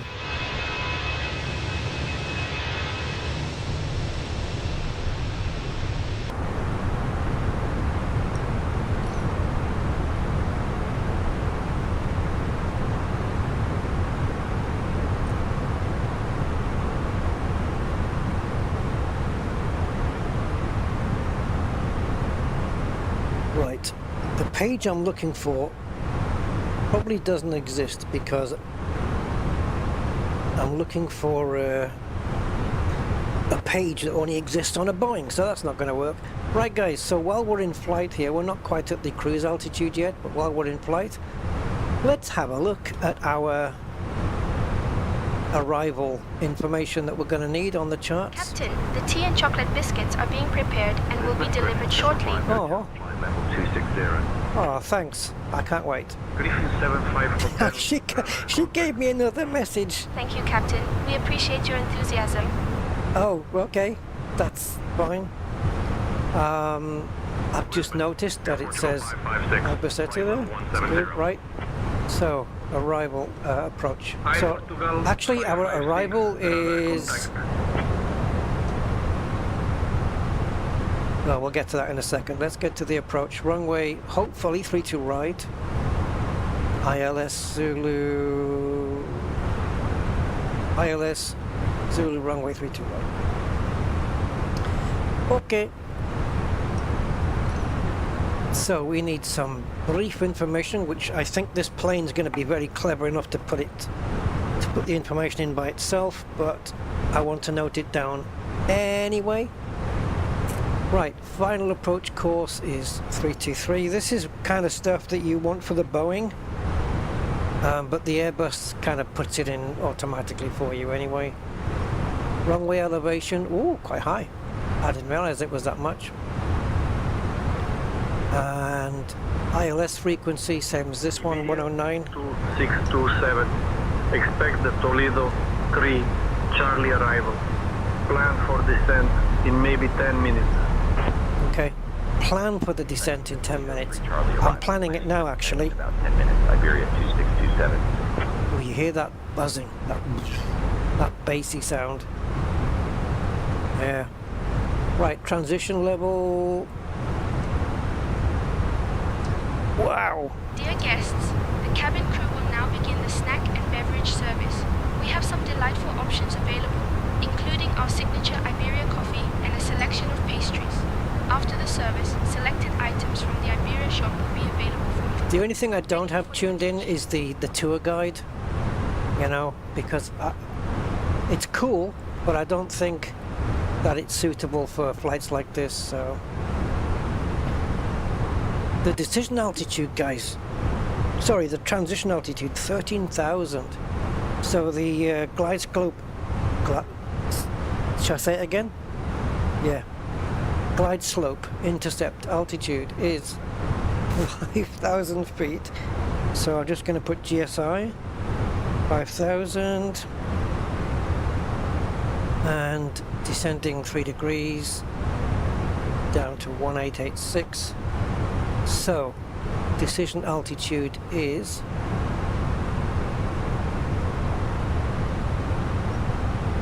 now I'm going to say that we're either A or B here, so I'm going to go 200 above, which gives us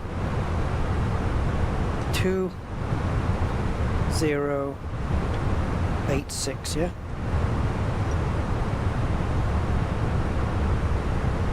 Have I done that right? Oh, it's written there. Jesus Christ. Yes. What is the matter with me today?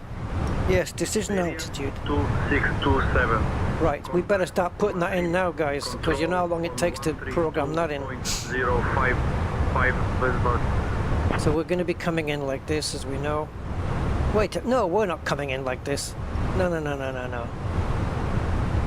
Switching to Madrid control. Wait a minute. 132.055. Wait a minute. Iberia 2627. As we come in, Madrid control, Iberia 2627. Good evening, with you, flight level 3. Yeho and Fafek. Okay, Yeho and Fafek, where are you? Iberia 2627. Really? Madrid control, good evening. Okay, so this must be that final turn, and then from here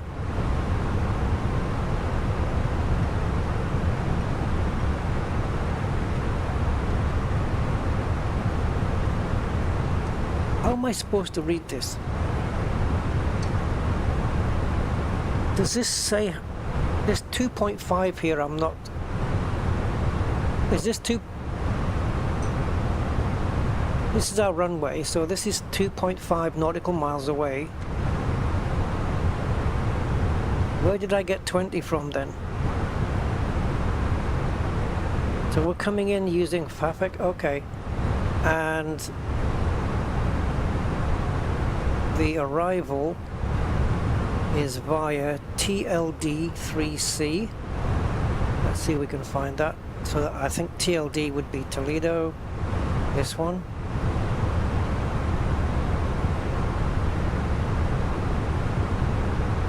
There's Fafek. So are we coming in here, Sotuk? This is our direction anyway. So it must be Sotuk. Sotuk. Is Sotuk on here? I don't know. Burex is there. Okay, the Sotuk's not there, but Burex is. And then Ruka. There's Burex. And Ruka.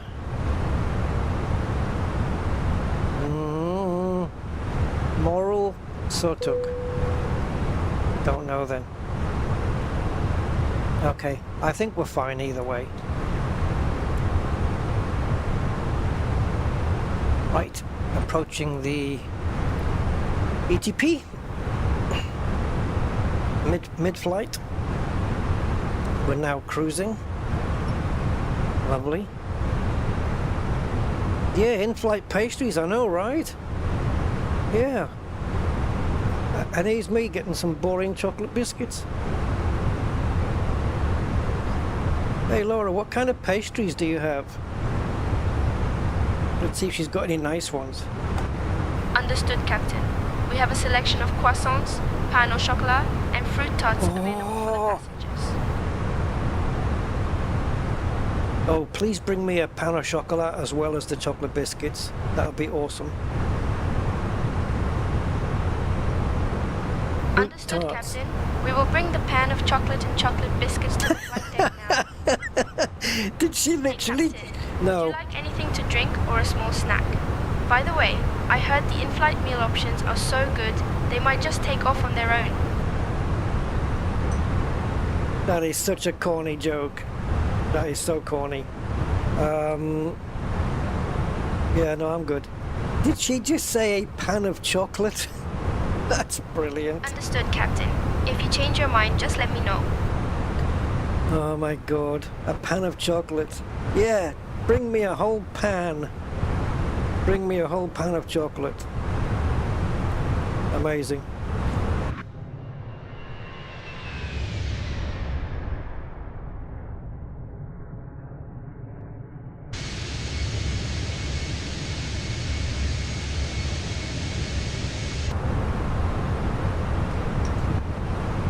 Hey Brian, you fancy a pan of chocolate? Iberia 2627, contact Seville control on 135.025. Go on Brian, tune it in. He's already tuned that in. Activate it.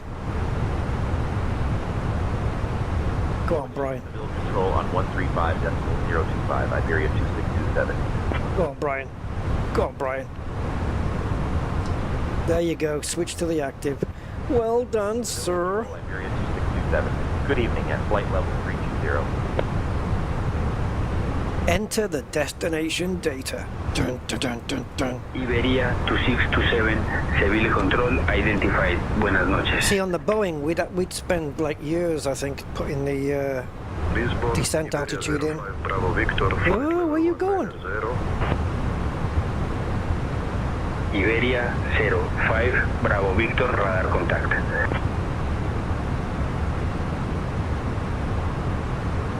Captain, here are your pain au chocolat and chocolate biscuits. I hope they brighten up That's your the day. first time she's actually delivered it. Did you hear about the coffee? It's so strong, it could probably fly the plane itself. What is wrong with this woman? Right, we need the QNH for Madrid, guys. We don't have that. I can ask for it, but I'd rather get it off here.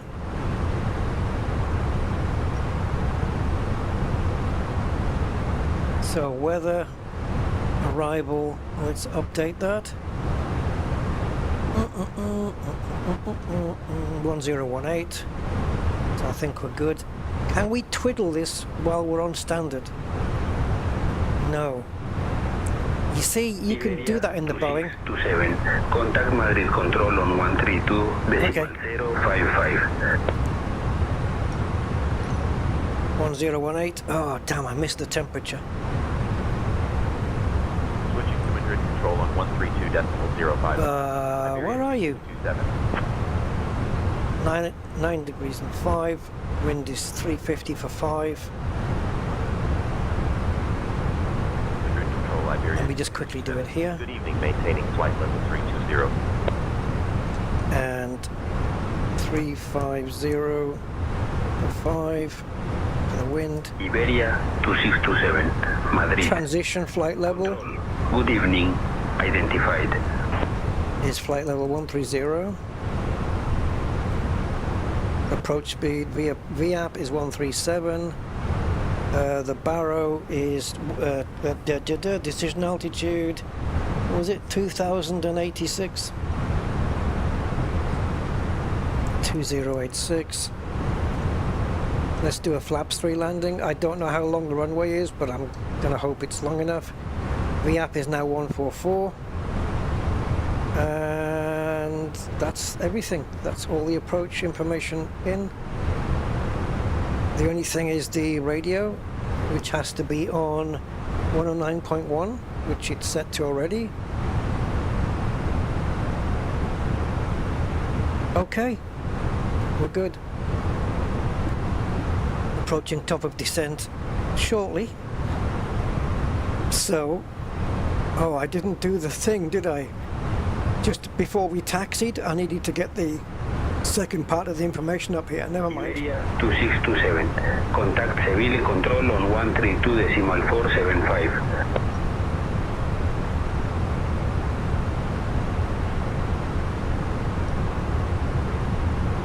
Switching to Seville Control on 132.475, Iberia 2627.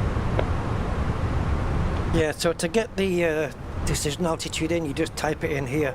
On the Boeing, you've got to keep turning a switch all the time. Like right here, it's just right there. So nice and easy. 2627, Seville Control. Good evening. So the only thing we need to do now is instruct the plane that we're going to do a flaps 3 landing. So we'll just flick that switch on. And yeah.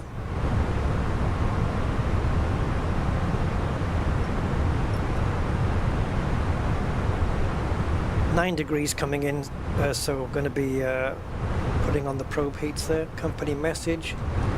Yeah, can you imagine what that's going to be? It's going to be the operations, probably.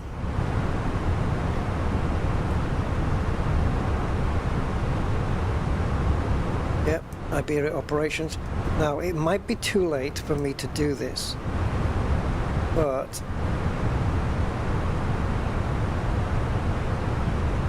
I think it's too late for that. This one.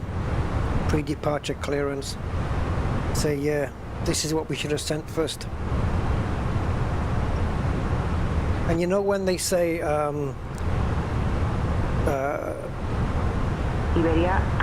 before asking for clearance, please make sure you have information golf. So if you have information golf, you would put G there, and it would go in that little ATIS box in the top right. That would go in there like that. Yeah, I didn't. That is the bit I should have done first. It's too late now, though. Too late now.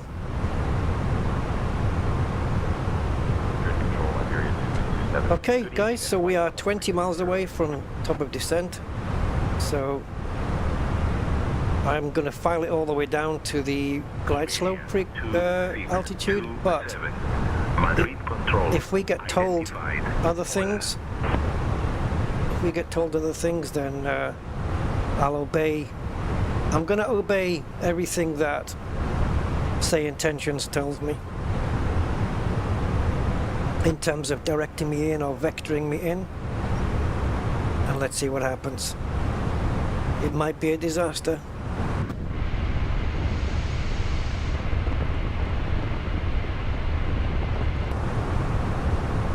But we will see.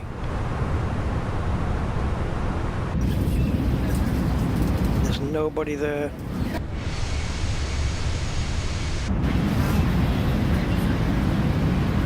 I mean, they are there, you just got to be in a different view. See, because this is like an external camera looking in, where what we do when we see them is we're already inside the plane, so it's... Oh, I don't want to exit the aircraft.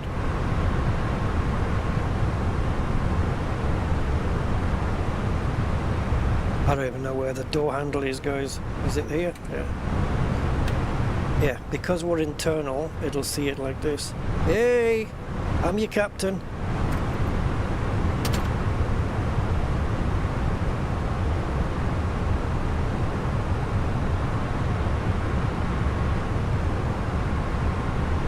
I wonder why the sound changes there.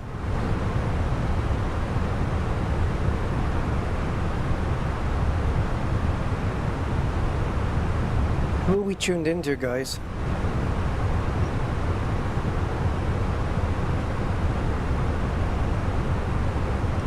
Madrid Control, this is Iberia 2627, ready for descent. just going to bring her in. Iberia 2627. Descend flight level 100. Roger, descend flight level 100, Iberia 267. Sorry, Jeff. Brian. 00, Iberia 2627.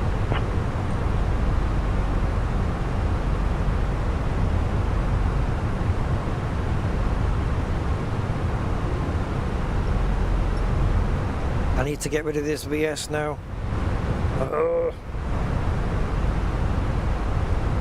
Go away. I think it's because the dot is on, that means it's managed. I don't think it's going to be taking any notice of this. 07, flight level 330. Royal Air Maroc 807. Radar contact. Yahoo. So here we go. Nicely on profile here.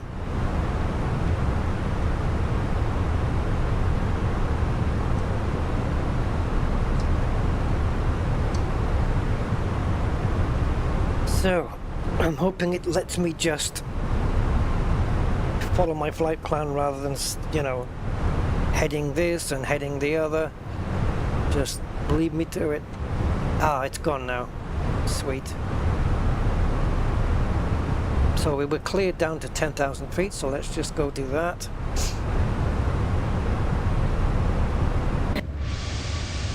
It's too dark, man. You can see the people inside, though. Come on down.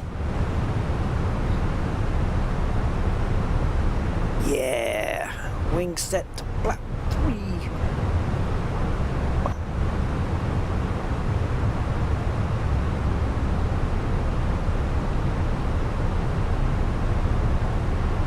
You know the one thing we don't have in this sim, guys, which I wouldn't mind trying if they had one, a study level Boeing 747, the big bird, that one, that'd be cool.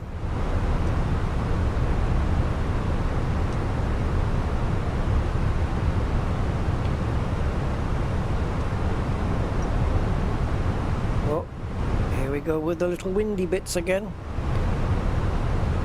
It's going to be an amazing landing, guys. We're going to get... this FSRealistic is probably going to throw me around so much that I won't be able to land it properly. Or maybe instead of me just being a little bit left or a little bit right of center line, it'll push me back onto the right place. I don't know. We will see. We will see. Right, let's see what... I think Madrid should light up like a freaking Christmas tree. So I can't remember where about. I think Barajas Airport is north in North Madrid, and we're going to be flying around it. So as you can imagine, it's pretty big. So as long as we've got good visibility, it should light up pretty well. Let's see if we can go back to here and lock onto the plane. We can zoom that in now, right? Yeah, there we go. Ah, yeah, okay, so northeast Madrid. Yeah. I've driven through it, right? So I've gone like through this part. So I've come in like through this way and then gone down. And it's okay. You'd think the traffic would be heavy, you know, but kind of is. But if you've got your sat nav, yeah, it's not. I find driving a lot less stressful if I have a sat nav telling me, you know, do this, go to that road. There's some traffic over here, so let's go this way instead, you know. Look how this is keeping us on profile so nicely. So nice, this great profile. Control, Binter 19 uniform Foxtrot, flight level 310. Winter 19er uniform, Foxtrot. Radar contact.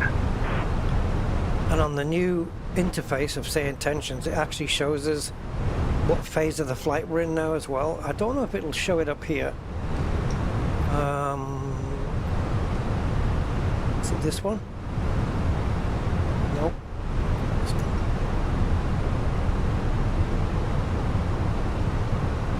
Madrid Control, Ryanair 7 Papa Delta. Yeah, see, so it says descent and arrival. This is what we're in right now. And these are the things we can say. Request direct to, request approach, request vectors, or you can just click on those buttons and it'll say it for you. We can cancel IFR. So kind of just like Beyond ATC does it, you know. And here's the live map of the airports, but oh, they fixed this. This was not working before. Madrid Control, Ryanair 1769er, flight level 190. Or maybe they didn't fix it. Or I don't know, maybe it's black because it's nighttime. I don't know. But this map also shows us all the taxiing as well. So there's the traffic that's around us. Looks like we're fine. Yeah, this Say Intentions is really good. We're still at 20,000 feet though. So just making this turn here now. Toledo. Holy Toledo.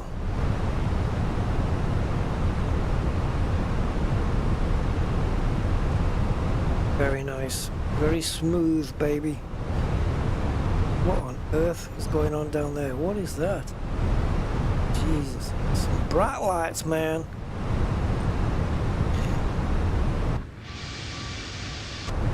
Let's see if we can get a better shot.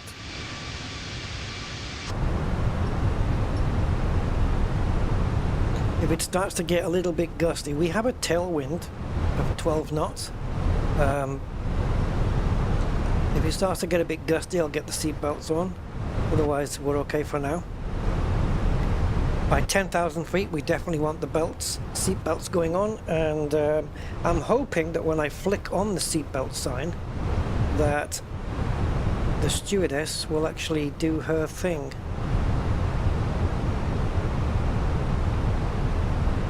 And then we want to get these 4 lights on.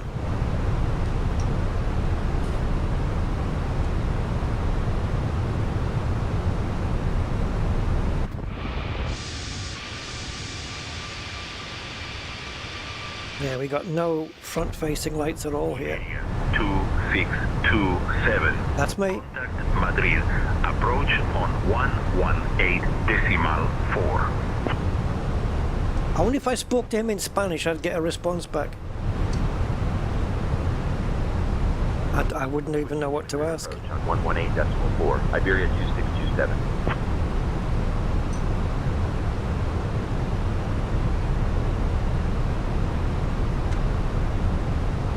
Madrid approach, Iberia 2627. Good evening, descending flight level 180. We're still in contact, we're on Madrid approach now. Iberia 2627, Madrid approach, cleared Fanatec transition. Expect the ILS Whiskey runway 32 right approach into Barajas. What did he say?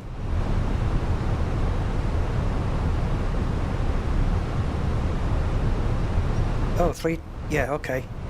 Expect the ILS W runway. Okay, well I didn't do that one. I did ILS Zulu. Does that make, how much of a difference does that make?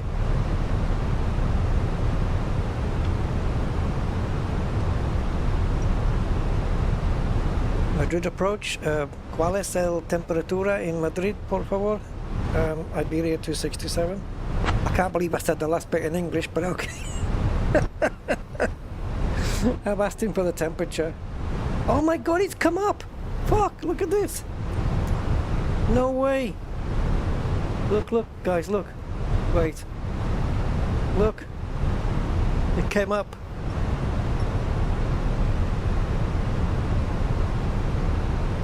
Is he going to answer me in Spanish or English?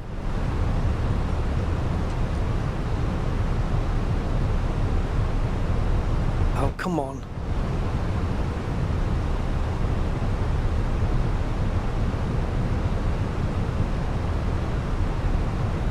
Madrid approach, ¿cuál es la temperatura en Madrid? Iberia 2627.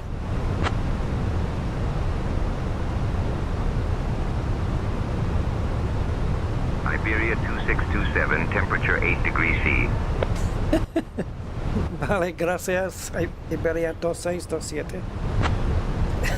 Do it all in Spanish. I didn't think it was going to do it, but... Iberia 2627, copy, temperature 8 Celsius. So I think they added this in the latest update.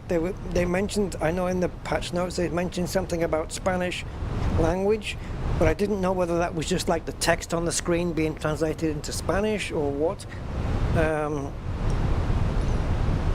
But hell no, it's Jesus. Iberia 2627, descend via Toledo 3 Charlie to 6000 fast EQ transition for the ILS Whiskey runway 32 right approach into Barajas via Fanatec QNH 1017. This is brilliant. This is absolutely brilliant. It just understood me. Oh, that's impressive.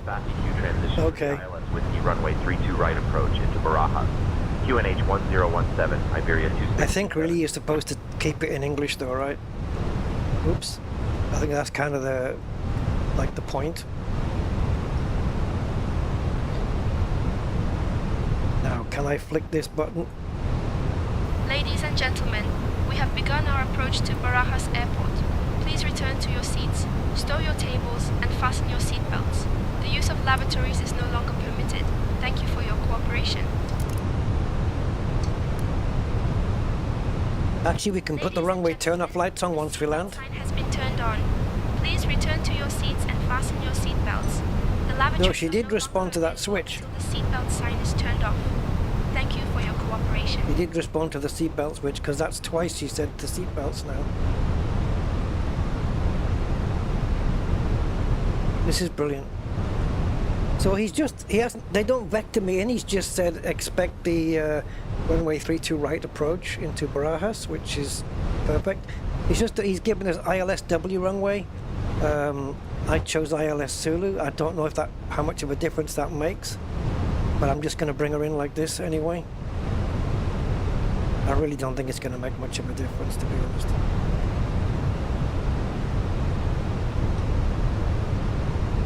Brilliant, eh? Absolutely brilliant. Say Intentions is so good, man. Now I can take over comms now. I can ask Brian to take over the comms. Or, let's see if it's here.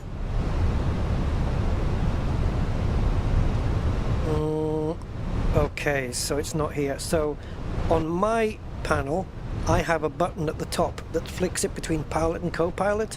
So I can just flick that switch back to pilot and I have the comms. Or I can actually verbally ask Brian to hand me the comms back. Doesn't matter.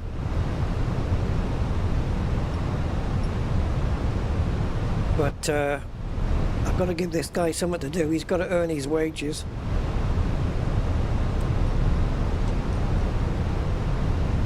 Right, where's the decel point? Is it this? Yep. No, Unia, Fafek, and then the decel. It should say decel on the screen. Hold on.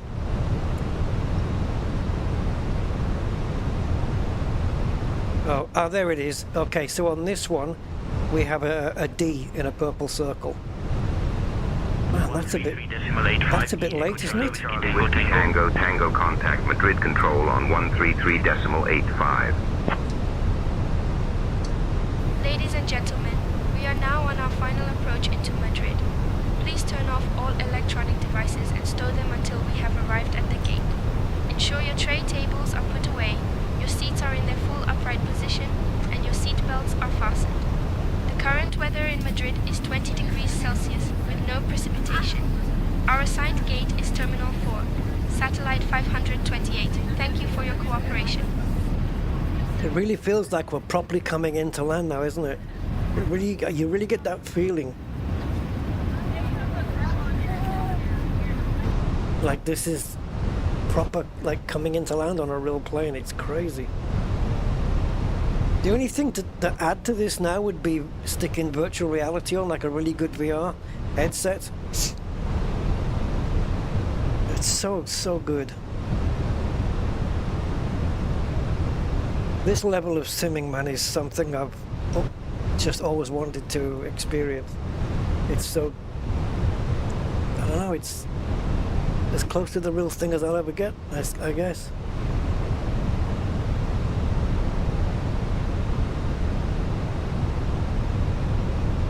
Right, we have a constraint here for 220 at FAFEC, so the plane is going to have to drop itself down to 220, but it knows that already. Right, FAFEC 220, and as you can see, the plane reckons it's going to make it. It's got little purple stars there saying, yep, I'll manage it. So it should start idling the engines. There we go. She's done it. She's done it. And we're dropping below profile as a result. So now she's just pitching a bit, get a bit more level to bring us back onto profile. It's such a clever plane, this, man. It's so clever. I love it. I've been in one. I've been in an Airbus. And I think reading the pamphlets on the back of the seat, they were saying that it had like 5 separate computer systems, and if one fails, another one can kick in, and all this stuff. So freaking cool. Oh, look at Madrid lighting up here. Look at the size of it, man. It's a little bit big. All of that is Madrid. And outside, it's just like countryside, I guess. There's nothing there. Yeah, that is central Madrid, man. Can you tell? Poof.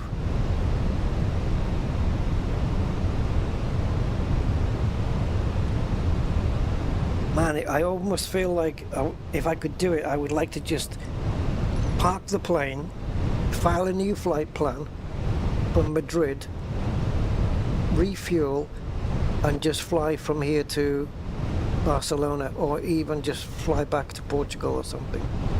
Fly back into Lisbon. What a brilliant experience this has been. Right, so we can go flaps 1 now. We have 230 is the most speed that we can be going. We're doing 220 something, so we can engage flaps 1, but I'm okay for now. See, we just got like 1, 2, and 3. Okay, so now we're at 6. Here at Yeho, we have to be at 5,000 feet or above, and by the time we get to here, the final fix, we have to be at 5,000. But this is above sea level, don't forget, and the runway is 1,800 above sea level. We're a bit above profile now. Iberia 2627, proceed direct Yeho. Descend altitude 5,000 feet, QNH 1016, until established on the localizer cleared for the ILS runway 32 right approach. Speed below 200 knots until established. Really? Okay. Flaps 1. Iberia 2627, contact Barajas Tower on 118. Flaps 1 should bring us down to the 200 speed that they asked. Direct Yeho, descend to 5,000 feet, QNH 1016, cleared for the ILS runway 32 right approach. Speed below 200 knots until established. Iberia 2627.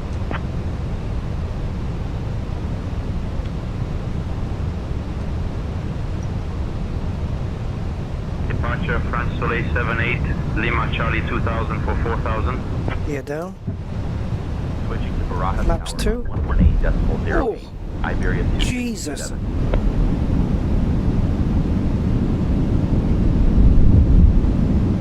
Wow, the noise of that.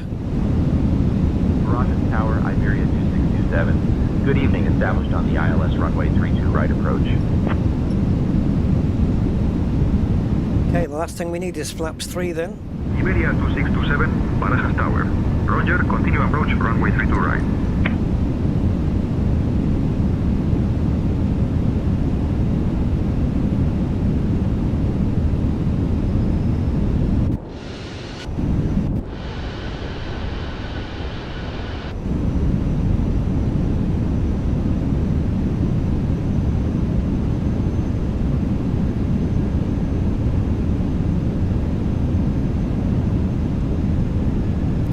Iberia 2627, winds 010 at 4. Runway 32 right, clear to land. Caution bird activity. Oops. I think I messed up here, guys. Runway 32 right, clear to land. Iberia 2627. I messed up. I wasn't paying attention.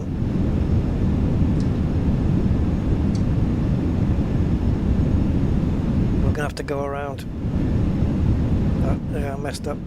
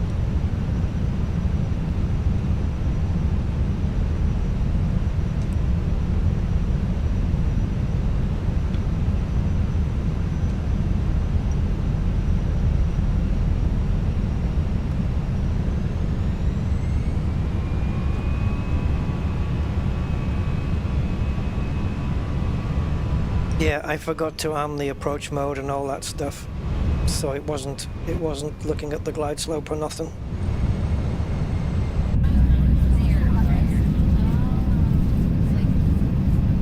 So we'll just do a go around.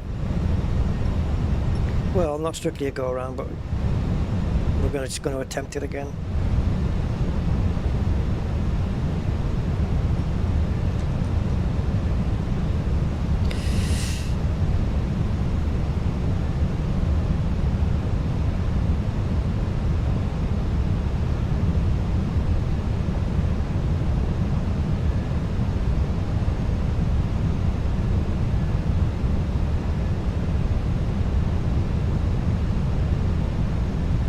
Notice some of the head movement is a little bit off-putting.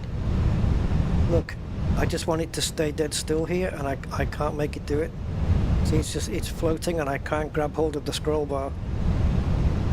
Really annoying.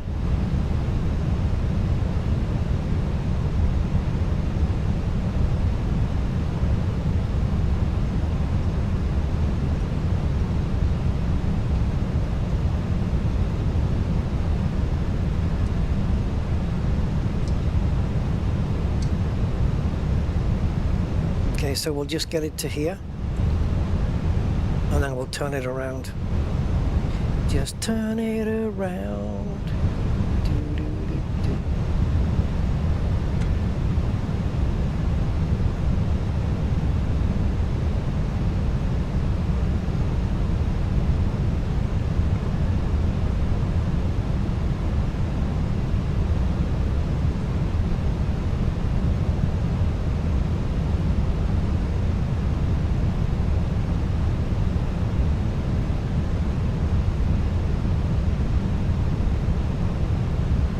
Yeah, shiitake happens, because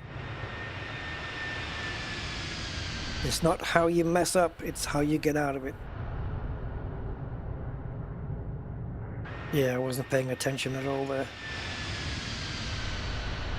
But we're good. We should be okay.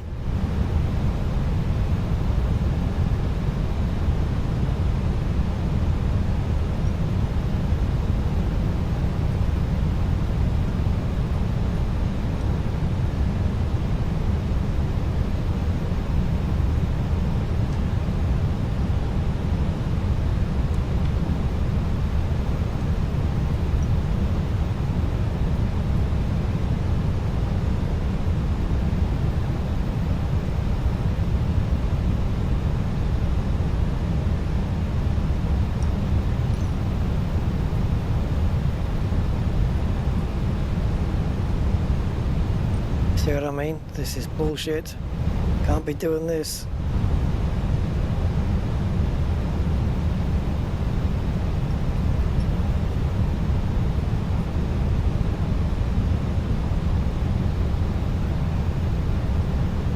Are we on the localizer? Almost.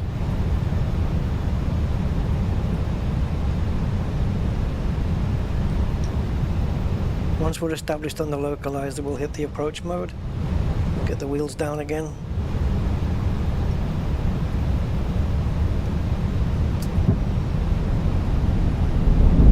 Okay, localizer established. Approach mode. And managed heading, everything. Alright, bring her in, baby.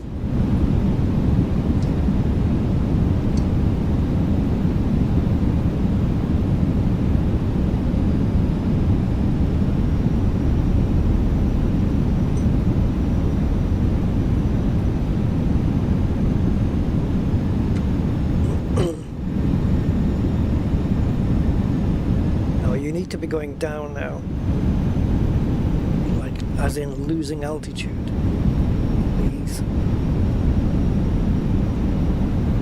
Okay, we have the glide slope, we have the localizer. There's a lot of weird head movement going on though with this. The thing is, there's so many different options, I don't even know which one to adjust in order to what's it doing? Will you establish yourself? Right, brakes armed. Are the spoilers armed? Yes, ground spoilers armed. Brakes are, auto brakes are on. Cabin ready landing lights. Seat belts, no smoking. Flaps 3. Cool. Establishing flaps 3 right now. And we are ready for landing. Category 3 single. Lovely, bring her in. Yeah. Sorry guys, just a little bit of slip of the concentration there. Nothing more. Nothing we couldn't handle.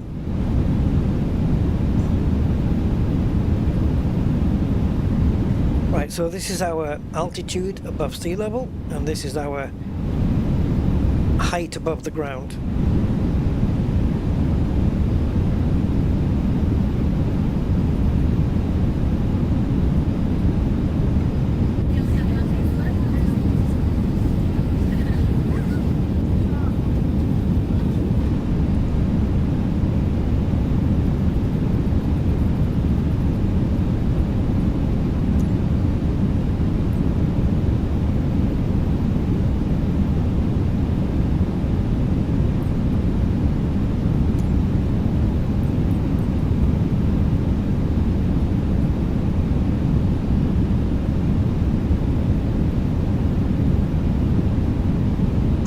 Set myself up a camera that I can use which zooms me in and just pitches me down just a little, and it's a special camera that I would use just for landing with, you know, so I've got a bit more of a better view and I can see the instruments decently as well. But okay, we're good. Oh, don't start waving me around now.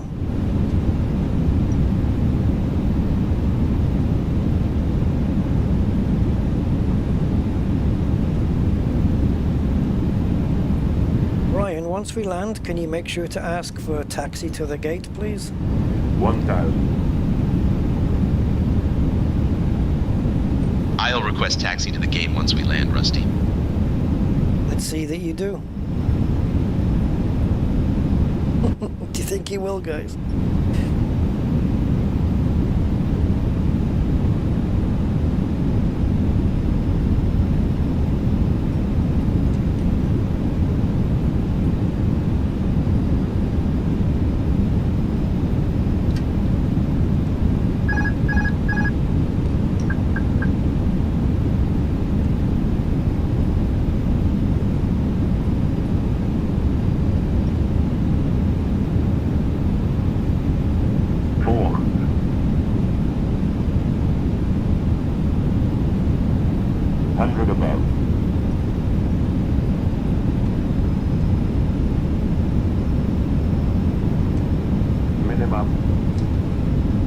Continue.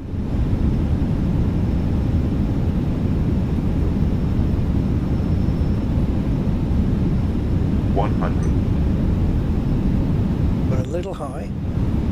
50, 40, 30, 20, retard. 50, 50. I'm saying nothing. Man, that movement is a little bit wild.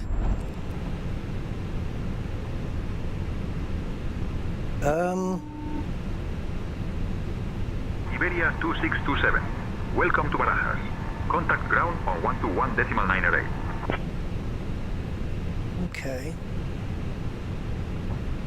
I wonder if all that movement that the program did Switching to ground on 121.908, Iberia 2627. is what caused the crash trigger. You know? Barajas ground, Iberia 2627. Good evening, cleared of runway, ready to taxi to the gate.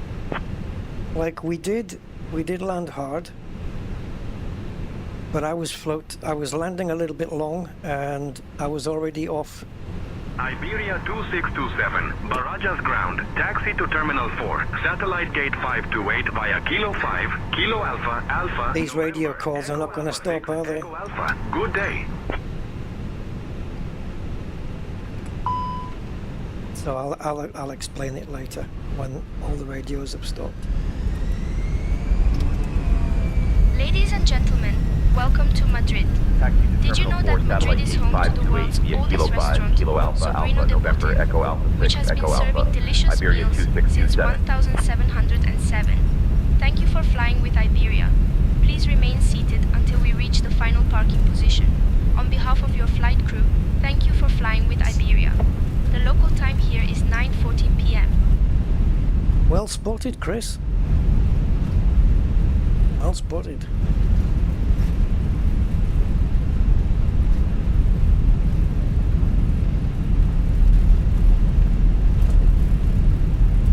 Right, so yeah, so I was landing a little bit long there, which would have been fine. There's no problem with that. But just at the last minute again, as always, we started to drift one way, and then I corrected it, and then it went the other way quite a bit much. We started drifting off to the right. So I don't know what happened, whether I just wanted to get the thing down or what. I don't even know why I'm getting these horrible blue arrows either. But yeah, I kind of thumped the plane down quite hard there, which is not something I do in the Phoenix, really. That's a first one for me. I've never landed like that before. I've had some hard landings, but of course all that shaking and wobbling that happened was massively exaggerated because of the FSRealistic program. So that's going to have to actually just not happen anymore. I'll have to turn that off. Now, as I was saying, there's so many options for movement of the plane. You know, head movement and plane movement and stuff like that. There's so many of them that I have no idea which one or ones were the cause of all of that movement. And it might be that the sim has detected all of that movement and initiated the crash sequence that stopped me on the runway. It might have been down to that. I don't know. It might not have been. Maybe it had nothing to do with it. Don't particularly want these arrows on here. I think there's a way to get rid of it, which I already did once. But it looks like this new version of this update has put this back on again.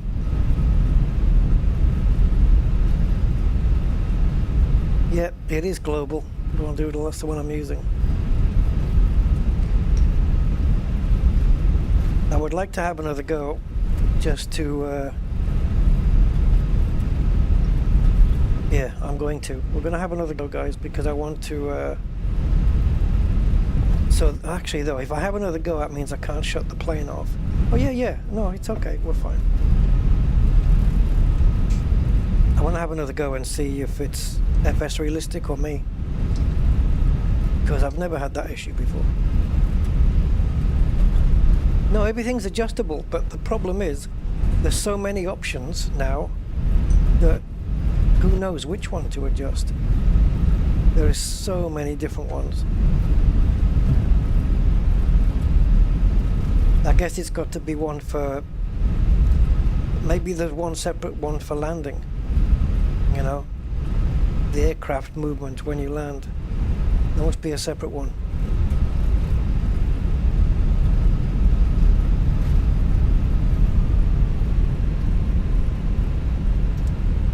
Anyway, we got here.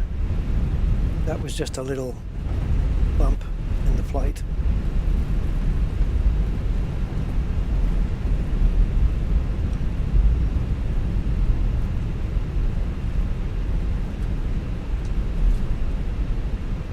I don't suppose, well, actually I suppose it would have been too much to ask to just have a, you know, a perfect run, because it would have been a perfect run up until that moment.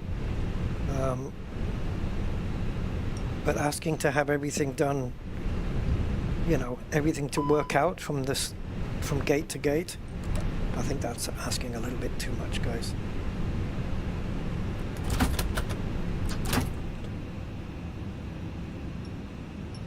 Okay, now that shouldn't happen because it's on APU. It should have transferred the power over to the APU. Why haven't you done that? Now I've just got to take a while to figure out which icon I need to press. This one.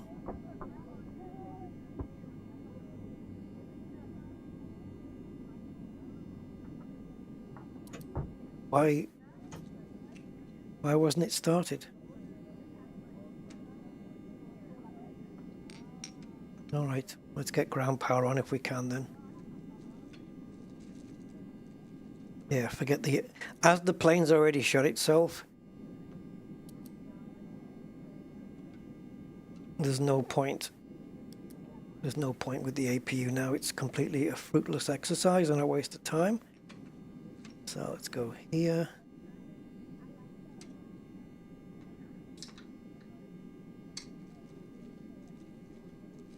Here. Here. There.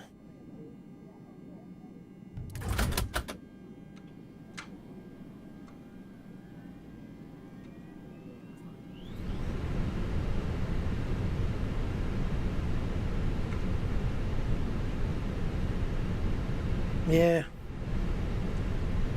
I don't know what happened with that landing. That was really weird. I felt it was going okay. It was doing the usual thing for me, you know, which is drifting to one side, maybe landing a bit long, you know. I don't know. Was there movement in the aircraft, like wind turbulence from FSRealistic, that was putting me off? Making me think the plane was, you know, higher than it was. You know what I mean? Like just vertical movement. Hard to say. I'm gonna have a look at it now. Juliet, Upper ready to taxi. Right, so I was going to do the full D-board sequence, Juliet Papa. getting everybody off. Right taxi via Charlie 2, Mike, Alpha Mike 1, Alpha. But we're not going to do that. So what we're going to do, guys, is we're going to... Let's go to panel state. And... So we just came in on 32 right. So let's do the exact same runway, exact same approach. Can I do it from here?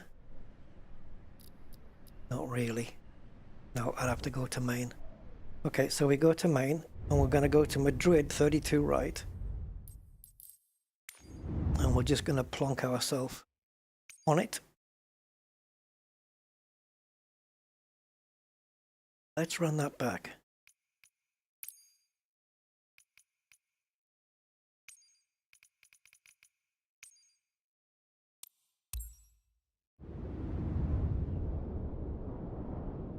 I might put it in the daytime as well, just so I can see a bit more what's going on.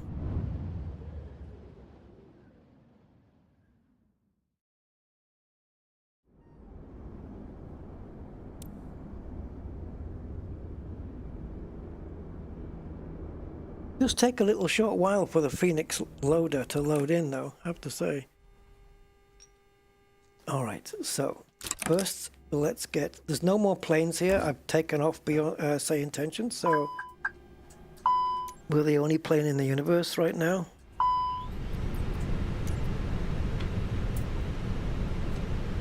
Oh, is it doing it? Okay. Cool. It looks like it's putting itself into the ready state, so I don't have to do it.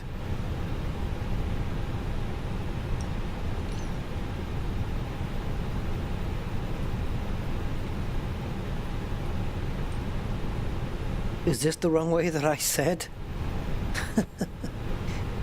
I don't think so. Okay, it's not a problem. Alright, let's see what we can do here.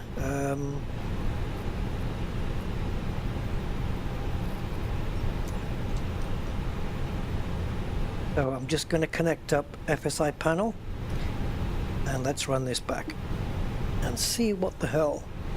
See what the hell's going on, damn nabbit. A new version is available. Click OK to start the update. Of course.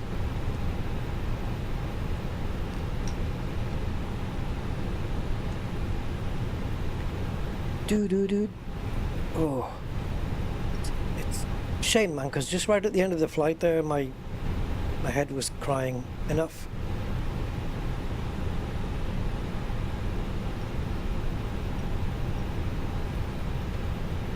Are we loaded? Are we updated? Are we done? We are.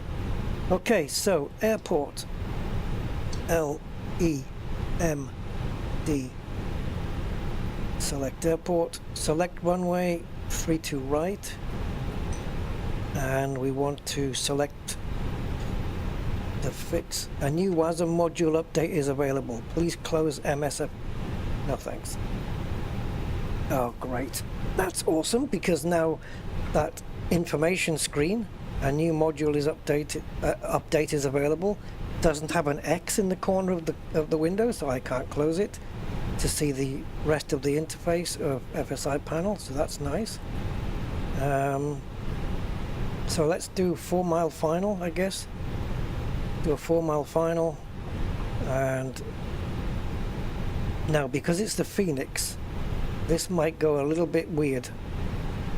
It doesn't go weird with the Boeing, but it does go weird with the Phoenix. Okay, so I think we're ready. Go. Please load a compatible aircraft.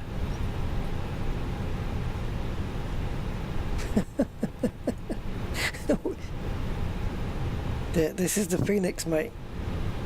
You know it's compatible.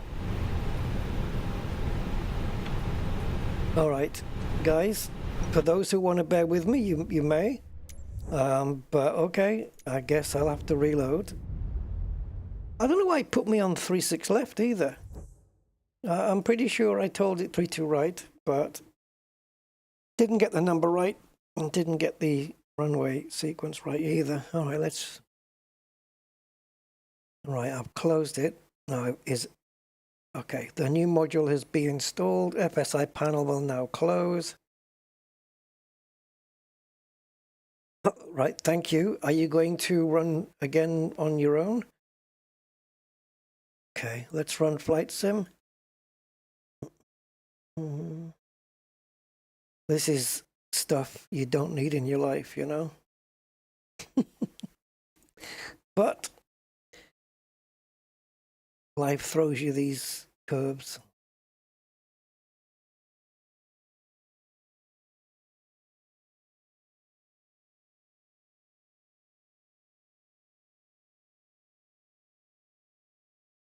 What?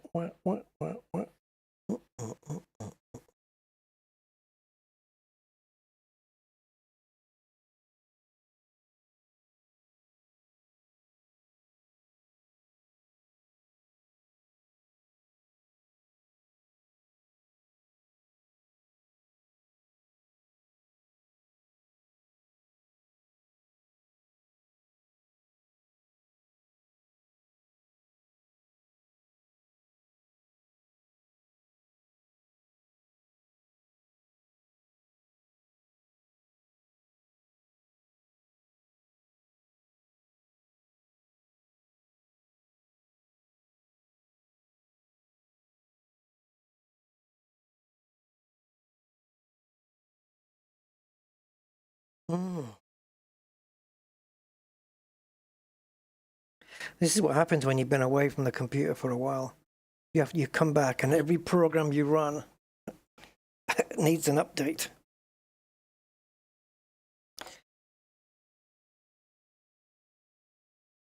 Anyway, but look, emotion-wise, you know, sayintentions is got it nailed, right? We just need to do something about that turbulence. I'm not going to adjust any settings in FSRealistic yet because I need to keep them exactly as they are when we do this this landing here. Because otherwise it's going to skew the results, isn't it?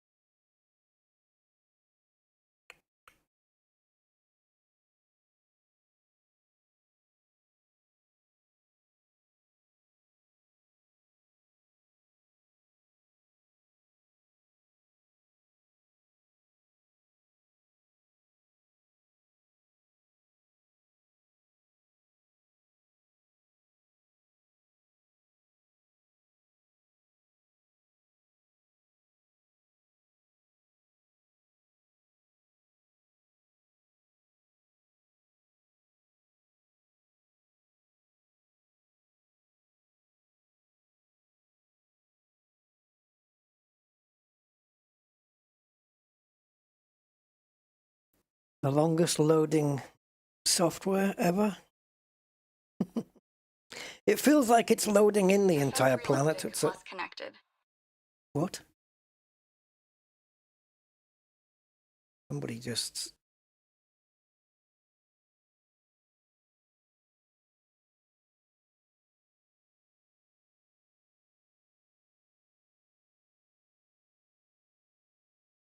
Here we go.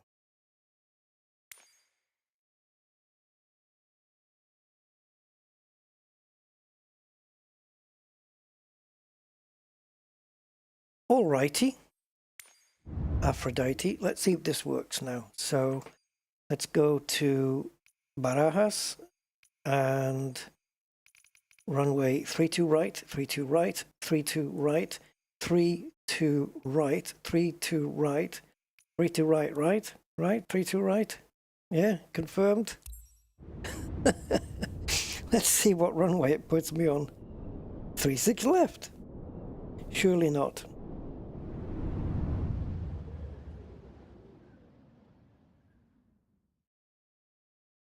Phoenix, sign in to your account.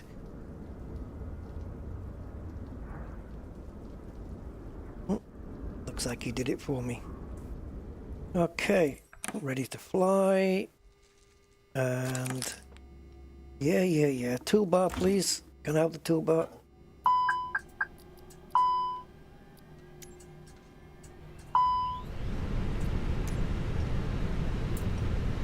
Ow.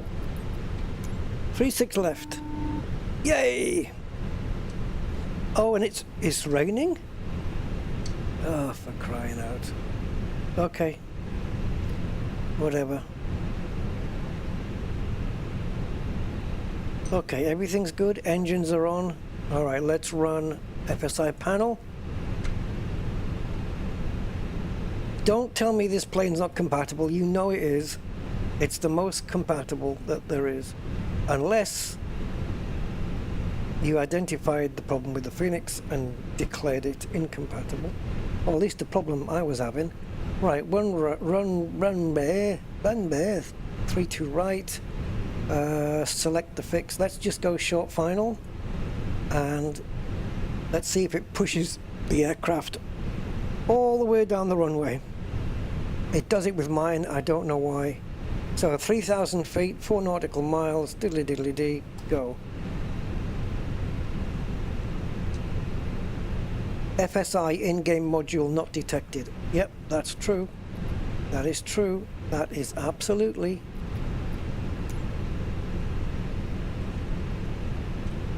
Okay, done. Oh! It only does this on mine apparently. Just leave it alone. Let it do what it wants to do. It'll tell me when it's ready. Standing by. As it puts me into the sky. So this is what the weather would be like. So the weather's real. The weather is real time. But the time of day is not. Oh, set my thrust levers to the climb detent. I will do what I can.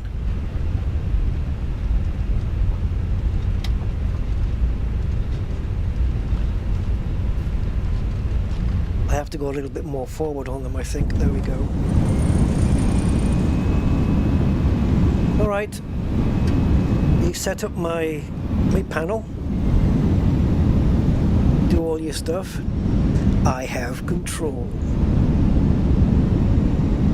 Now setting up your FSU and FCU and panels.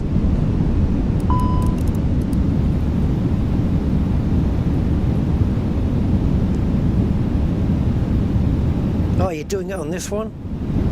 Alrighty. Get it all set up then.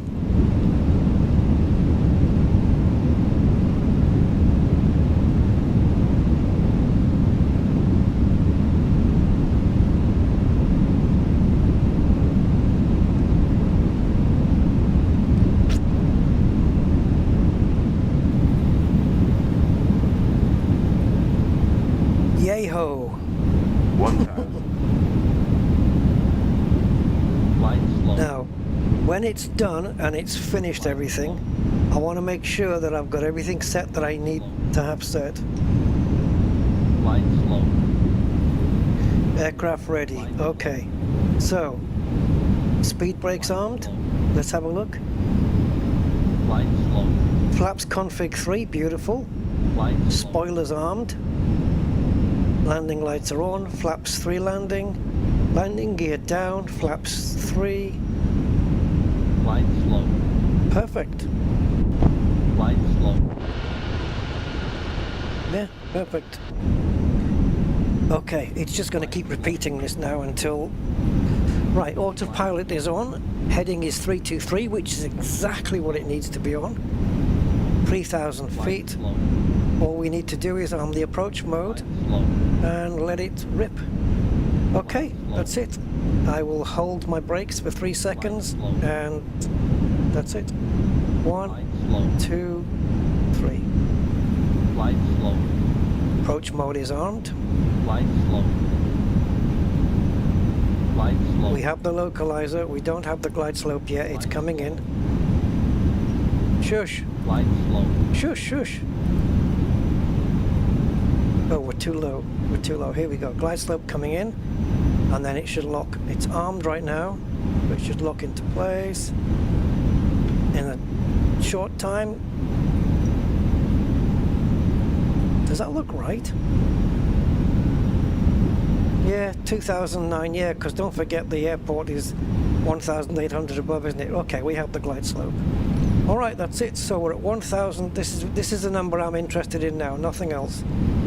Right, let's see what happens. Last time I disengaged the autopilot at 650. Let's do the same again.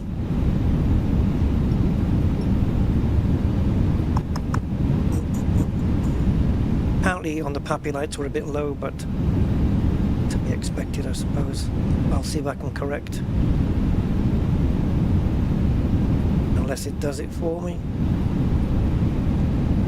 Brakes hot. Why? Why would you be hot? You haven't done anything.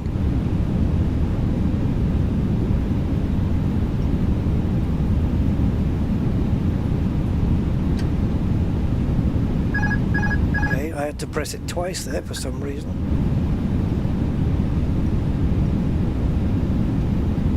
Okay, so everything the same now, we're configured the same.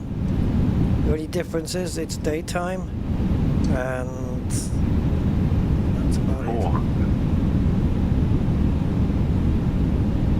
And perhaps the winds will be a bit different, I don't know. The weather's still live, so I don't see why.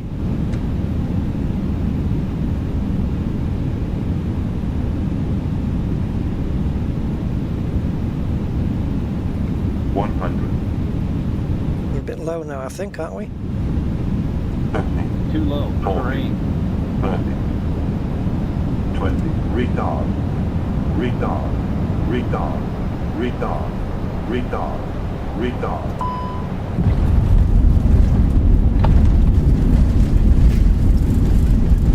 Okay, I think I know what went wrong now. I think I know what I did wrong, guys. Just by the way I did that landing, I know what I did wrong. Yep, I know exactly what I did wrong there. So,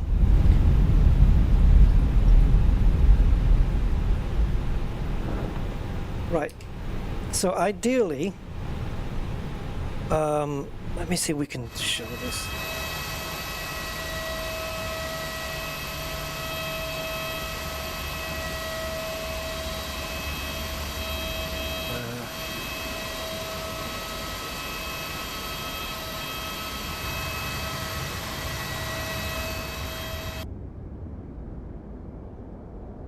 I can't believe how slow this drone is.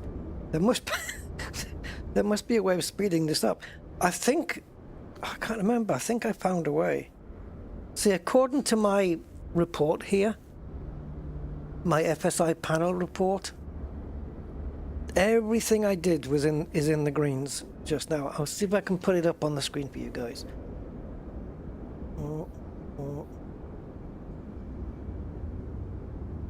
Go away. Yes, that. Ba-ba-bum. Let's reset the size, please. Okay. And make it bigger for the audience. There we go. Right, so that's my landing report.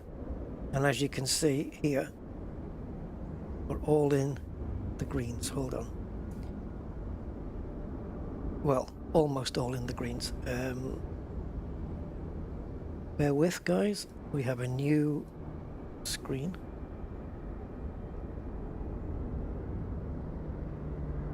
Okay, so this green line in the middle. Oh, can you guys even see that? Nope. Okay, I need to reset the transformation on that one as well, it seems.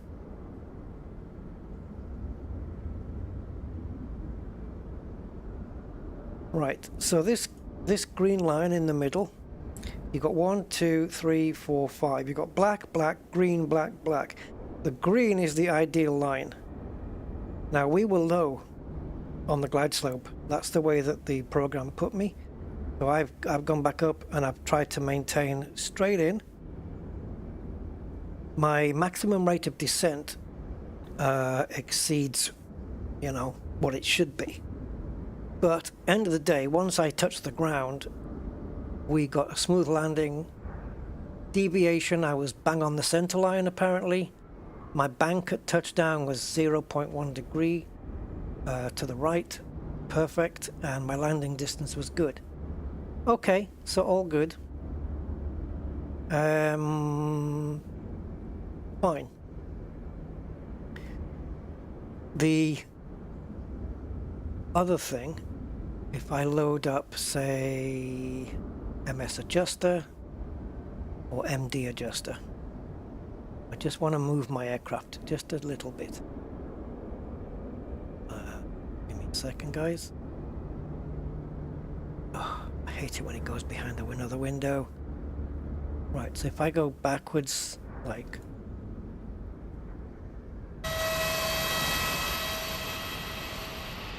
all the way back. Back.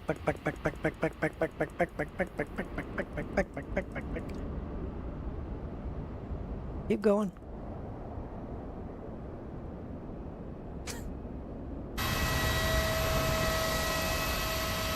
Right. Go. Back. So I guess this was...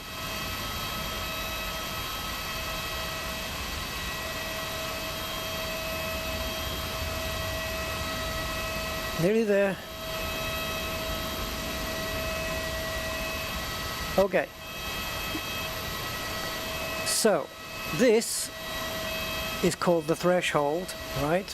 And when you're coming into land, the perfect landing that you're about to do is when the guy is, you know, he's calling out like 200 feet, 100, 50, 40, 30, all of that stuff. When he says 50, if you are directly above these lines, like up there somewhere, if you're at 50 feet by the time you reach this, that's spot on. It's okay to be at 50 feet, you know, over here a bit before, in which case you're going to land a little bit short, and it's okay to be at 50 feet here, which means you're going to land a little bit long. It's fine. Pilots do it every single day. But to get it nailed, this is normally 50 feet. Now, I was trying to battle with left-right deviation here, but also I knew I was landing long. Now, you want to be at 50 feet here. You want to aim for touchdown with your main wheels. Hold on.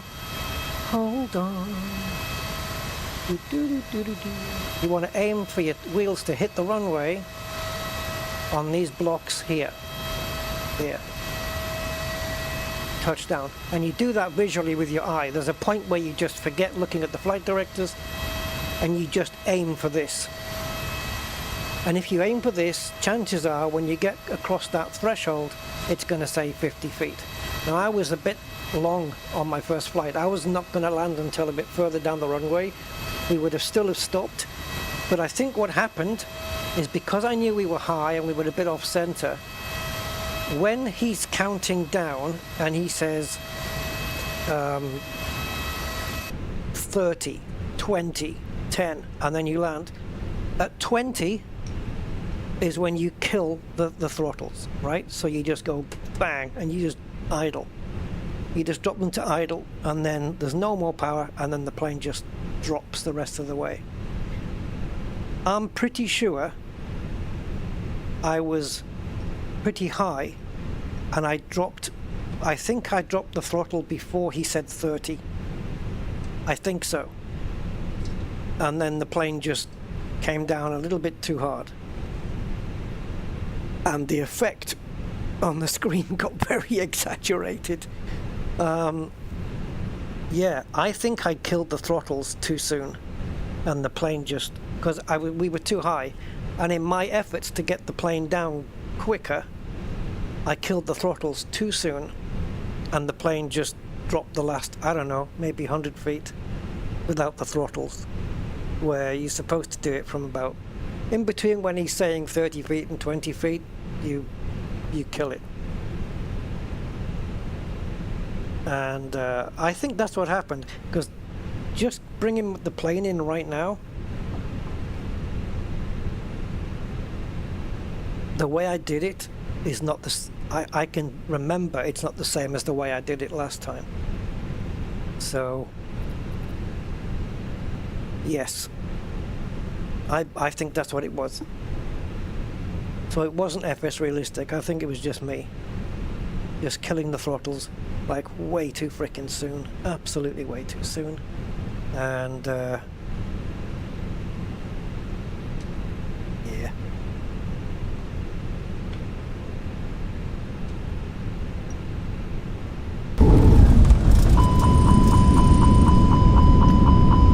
See, I got told by the devs and everything that when they do this, their Phoenix doesn't race down the runway, but mine does.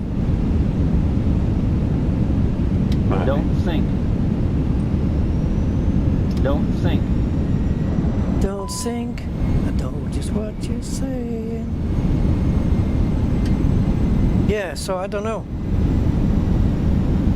I think that's what it was. See, it's just going to keep spitting me backwards until it's finished. I'm going to do another one. See if we can bring it in from 1,000 feet up. Let's go really professional. Some pilots disengage at 500 feet. Some do it at 1,000.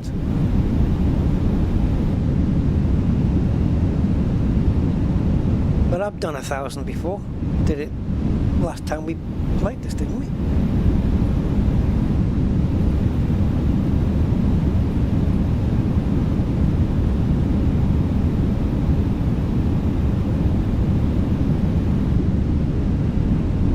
So this is from 4 miles out. You can also do it from 8 miles out, or you can do it from coming the other way. So you're coming like down this way and then do a U-turn and back. That's called downwind. Then you can do base, which has you going from this way, turning in. And then you got vectors, which is kind of a diagonal coming in this way and then turning into the runway. So you can do all of those different ones on this program.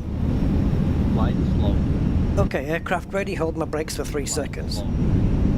So the only thing I need to do, are we in climb? We are. The only thing I need to do is engage the approach mode. That's it. And that is there. See, it's already calling glide slope. Glide slow. Glide slow. Are we yeah, we are a little bit low, but okay. Right, holding brakes. 1, 2, 3. Approach mode armed. Wheels are down, flaps are 3, everything's ready to go. See, it's reporting low, the puppy light, so I wonder if I can take over now and then just correct.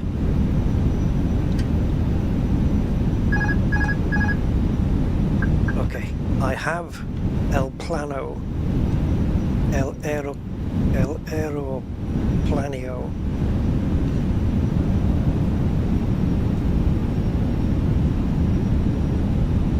El Avión is the correct word.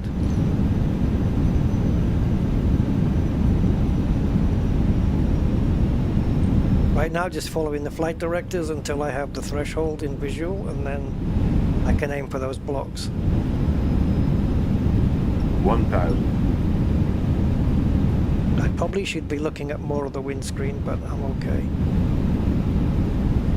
We are a bit to the right. We're quite a bit to the right. Can I bring her back in time? Come on. I haven't got all day.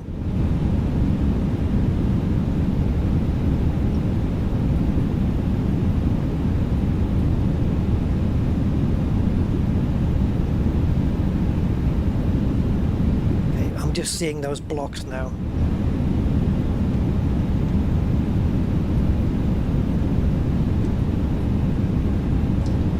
Just next to the PAPI lights. You can see them on the runway. I'm just going to try and aim for those. And see if we can get 50 feet on the threshold. If I'm not dead on center line, meh.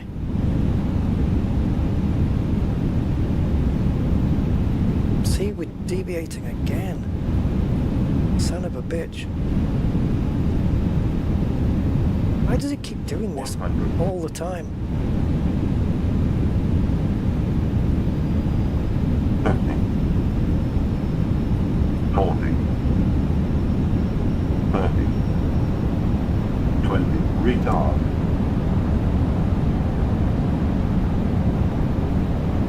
Drive. That is so exaggerated.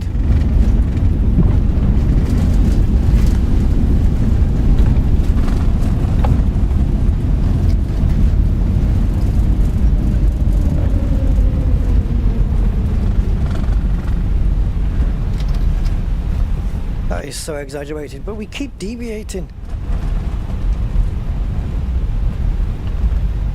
Yeah, it's getting it on that center line, which is a real pain. And that's what this FSI panel is good for. I can just click the button again, say move the aircraft, and it'll just take me all the way back. So everything was fine except my landing distance. I was 50 feet over the threshold, but the airplane just floated. And I know Phoenix did mention about that in this version 2 of the plane that they did. They said that, you know, you will find that compared to previous, that the plane does feel like it's floating. And they said, don't complain, because this is not a mistake, this is how it is. And I guess you just have to be a bit more forceful getting the plane down, you know, which means pushing the nose down. The problem there is you don't want to do too much, because then you'll slam it into the ground. So I'm just going to set up one more, guys. Just give it one more go. Oh, don't crash me here.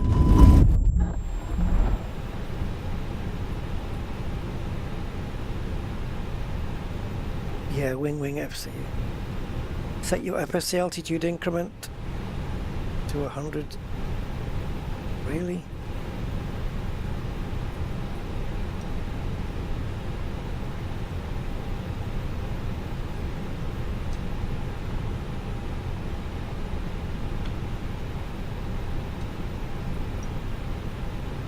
Increment. Are we talking this then?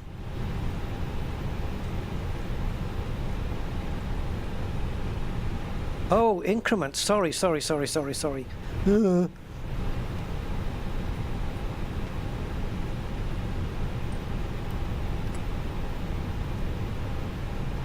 All right.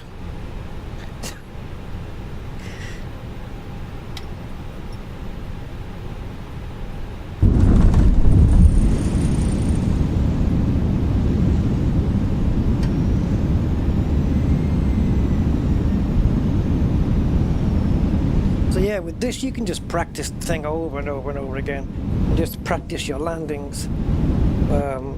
If you want to do a long final, you can practice, you know, like disengaging the autopilot immediately and just landing from 8 miles out. That'll be a nice little challenge. See, it's just a case of following these flight directives, just keeping this smack dead center, follow these 2 lines. But if the line deviates, which is the best way to bring it back? Rudder or rolling the plane into it? Because I had a lot of rudder on and it wasn't really doing much of a difference. Flight slow. Flight slow. I think that movement is a bit exaggerated though. Let's have a look. Flight slow. What would it be like? Touchdown or something? Ground effect? Flight slow. Flight slow. No. Glide slow. Glide slow. Touchdown main. Oh, look, here we go. Vibration and impact shock as the main gear strikes the runway. Let's turn that down. Glide slow. We had it on 65. Let's go to 30. Glide slow. And on the front, Glide slow. let's turn it down to about Glide 20. slow. Glide slow. Glide slow. And you can test it here. But while this is doing its thing, I don't know whether... Glide slow. Glide Okay. slow. Glide slow. Okay, and the main? Glide slow. Is that a bit more reasonable? Like the wobble? Glide slow. Yeah, I mean, it kind of looks okay, doesn't it? Glide slow. Glide slow. Glide slow. Glide slow. Yes, you can shut up, glide slope. Glide slow. Glide slow.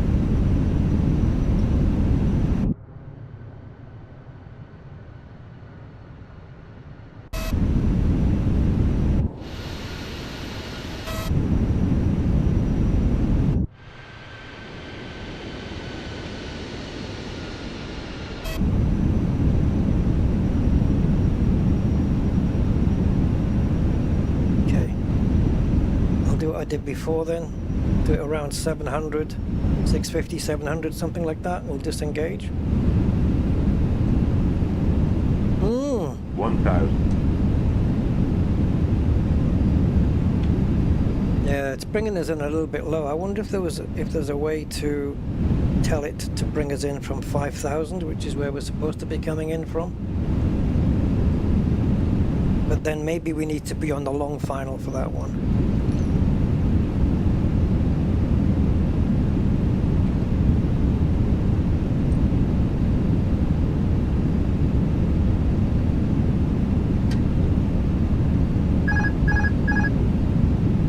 Okay. Let's go easy on that joystick.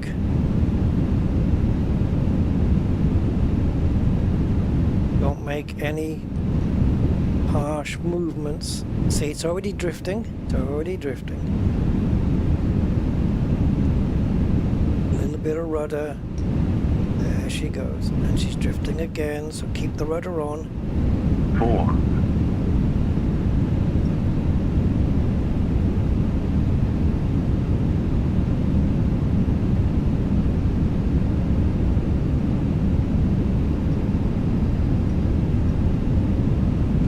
Doesn't take much to roll the plane, I'll tell you. So easily done.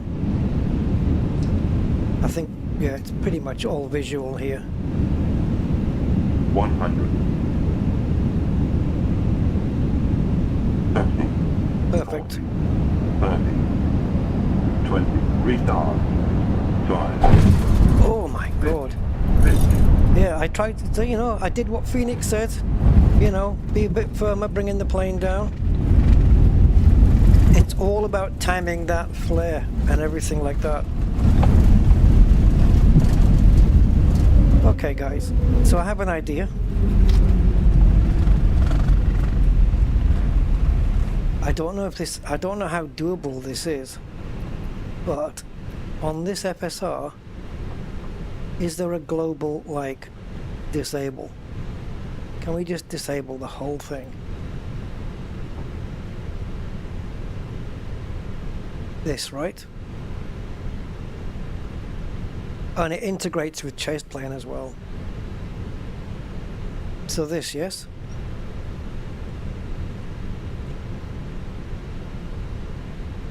Oh no, that's not a switch, is it? That's just saying yes, you... Oh. So how do I disable?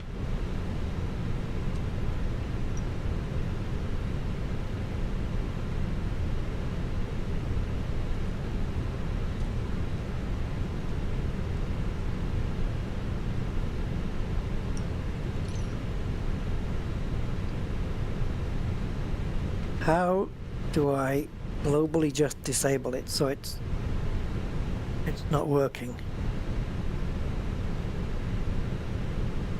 I want to land it without these effects on. You telling me there's not a main on-off switch for this?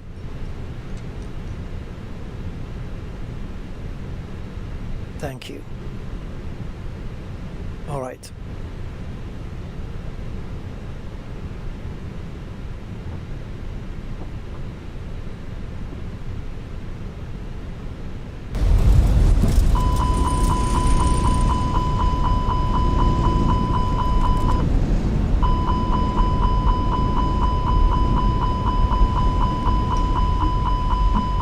You better go.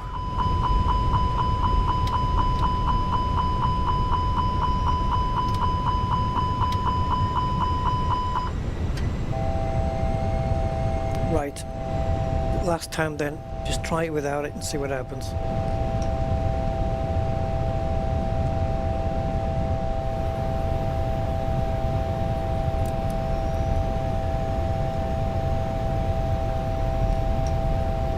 Yeah, I've just noticed you guys have been typing there on the chat, and I've been looking at the OBS chat, and the OBS chat has not been updating. Oh yeah, no, it has. Sorry. Right, let's see what the landing looks like without FSRealistic. What we've been used to the whole time. 1,000.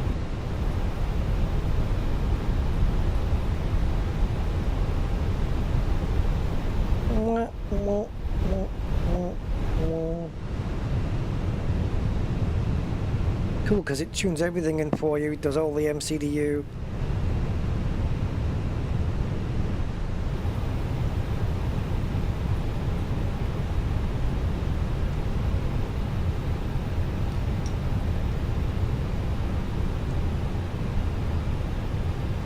Okay, autopilot is on at the moment. Yep.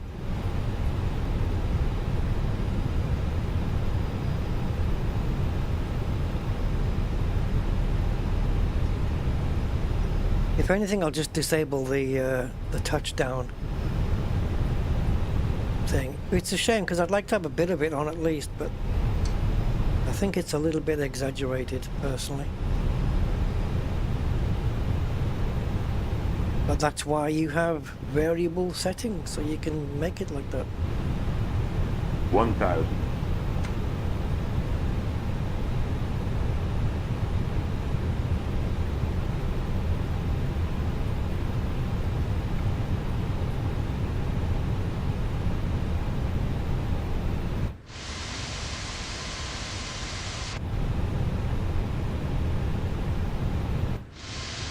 Now. Now what?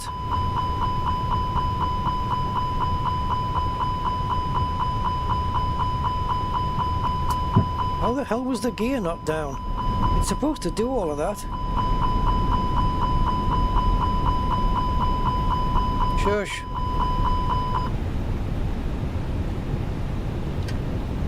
How the frick hell was the gear not down? Right, focus. Board focus. 4.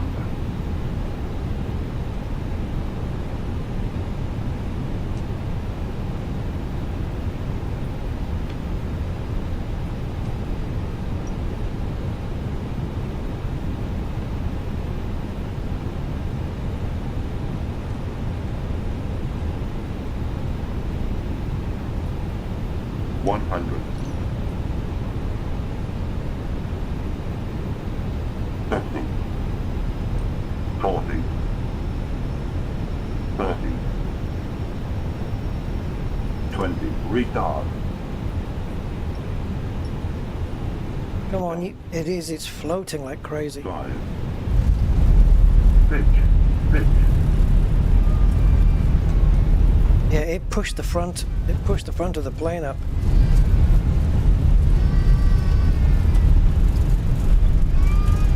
So pitch is like the back wheels go down and then the nose went like pitched up. Why is this suddenly so freaking tricky?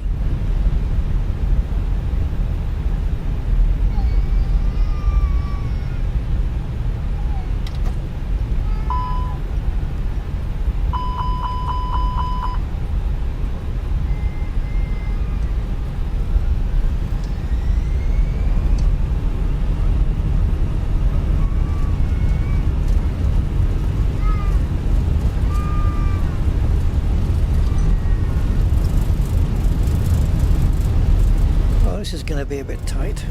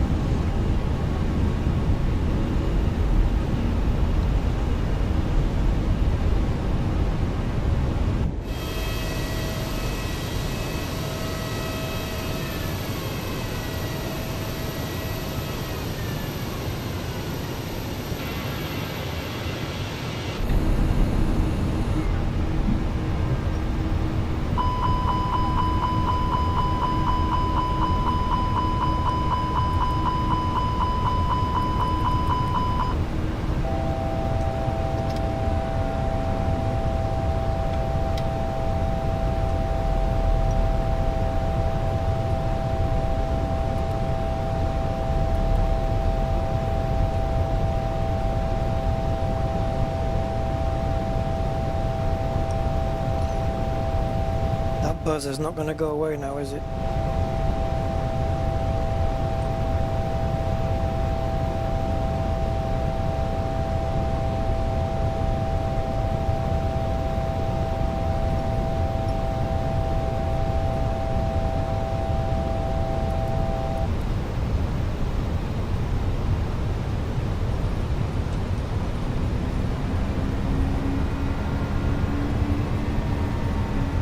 This is where you want FSRealistic to make all the noises now.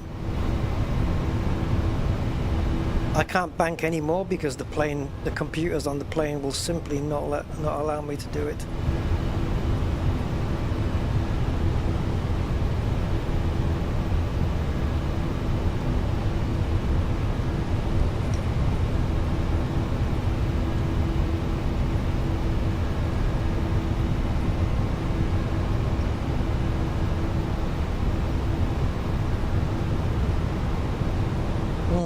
Anyway, there you go. Yeah, so okay, fudge the landing, and it happens, guys. It happens. Sometimes it happens. You know, can't get it right every time. But I think this plane has become more difficult to land with the version 2 plane, just because of the floatingness, which we have to just get used to it and adapt, and you know, just figure ways to best manage it. And then yeah, the Boeing is certainly easier to land. The only thing with this it's not the drifting left to right that's the thing. It's the it's not that, it's the, what do you call it, the floatingness, basically. That's all. It's just that. Otherwise, she's fine. She's the best plane in the sim in terms of study levelness. I was wondering what all those white dots were. Grand Canyon Village, because if you look up, this looks like a... All right, there you go, guys. There you go. Say Intentions plus FSRealistic plus. Yeah. So, hope you enjoyed, and I'll catch you on the next one. I'm not going to run the end credits, guys, just for one simple reason, is I need to change the music on them, and I need to change the music on the end credits. Otherwise, I get demonetized because YouTube doesn't recognize that it's royalty-free music, even though it is. So, yeah, there's that. I seem to have done something here where I brought out a panel or a screen on OBS, and I can't dock it again. I don't even know if it was ever docked. Oh, weird. Right. Okay. Thank you, guys, and I will catch you next time. I'm just going to do a fade to black on this one, and I'll change the music to something I don't know, maybe I'll sing or something on the end credits. Yeah. See you guys. Thank you so much. Bye-bye.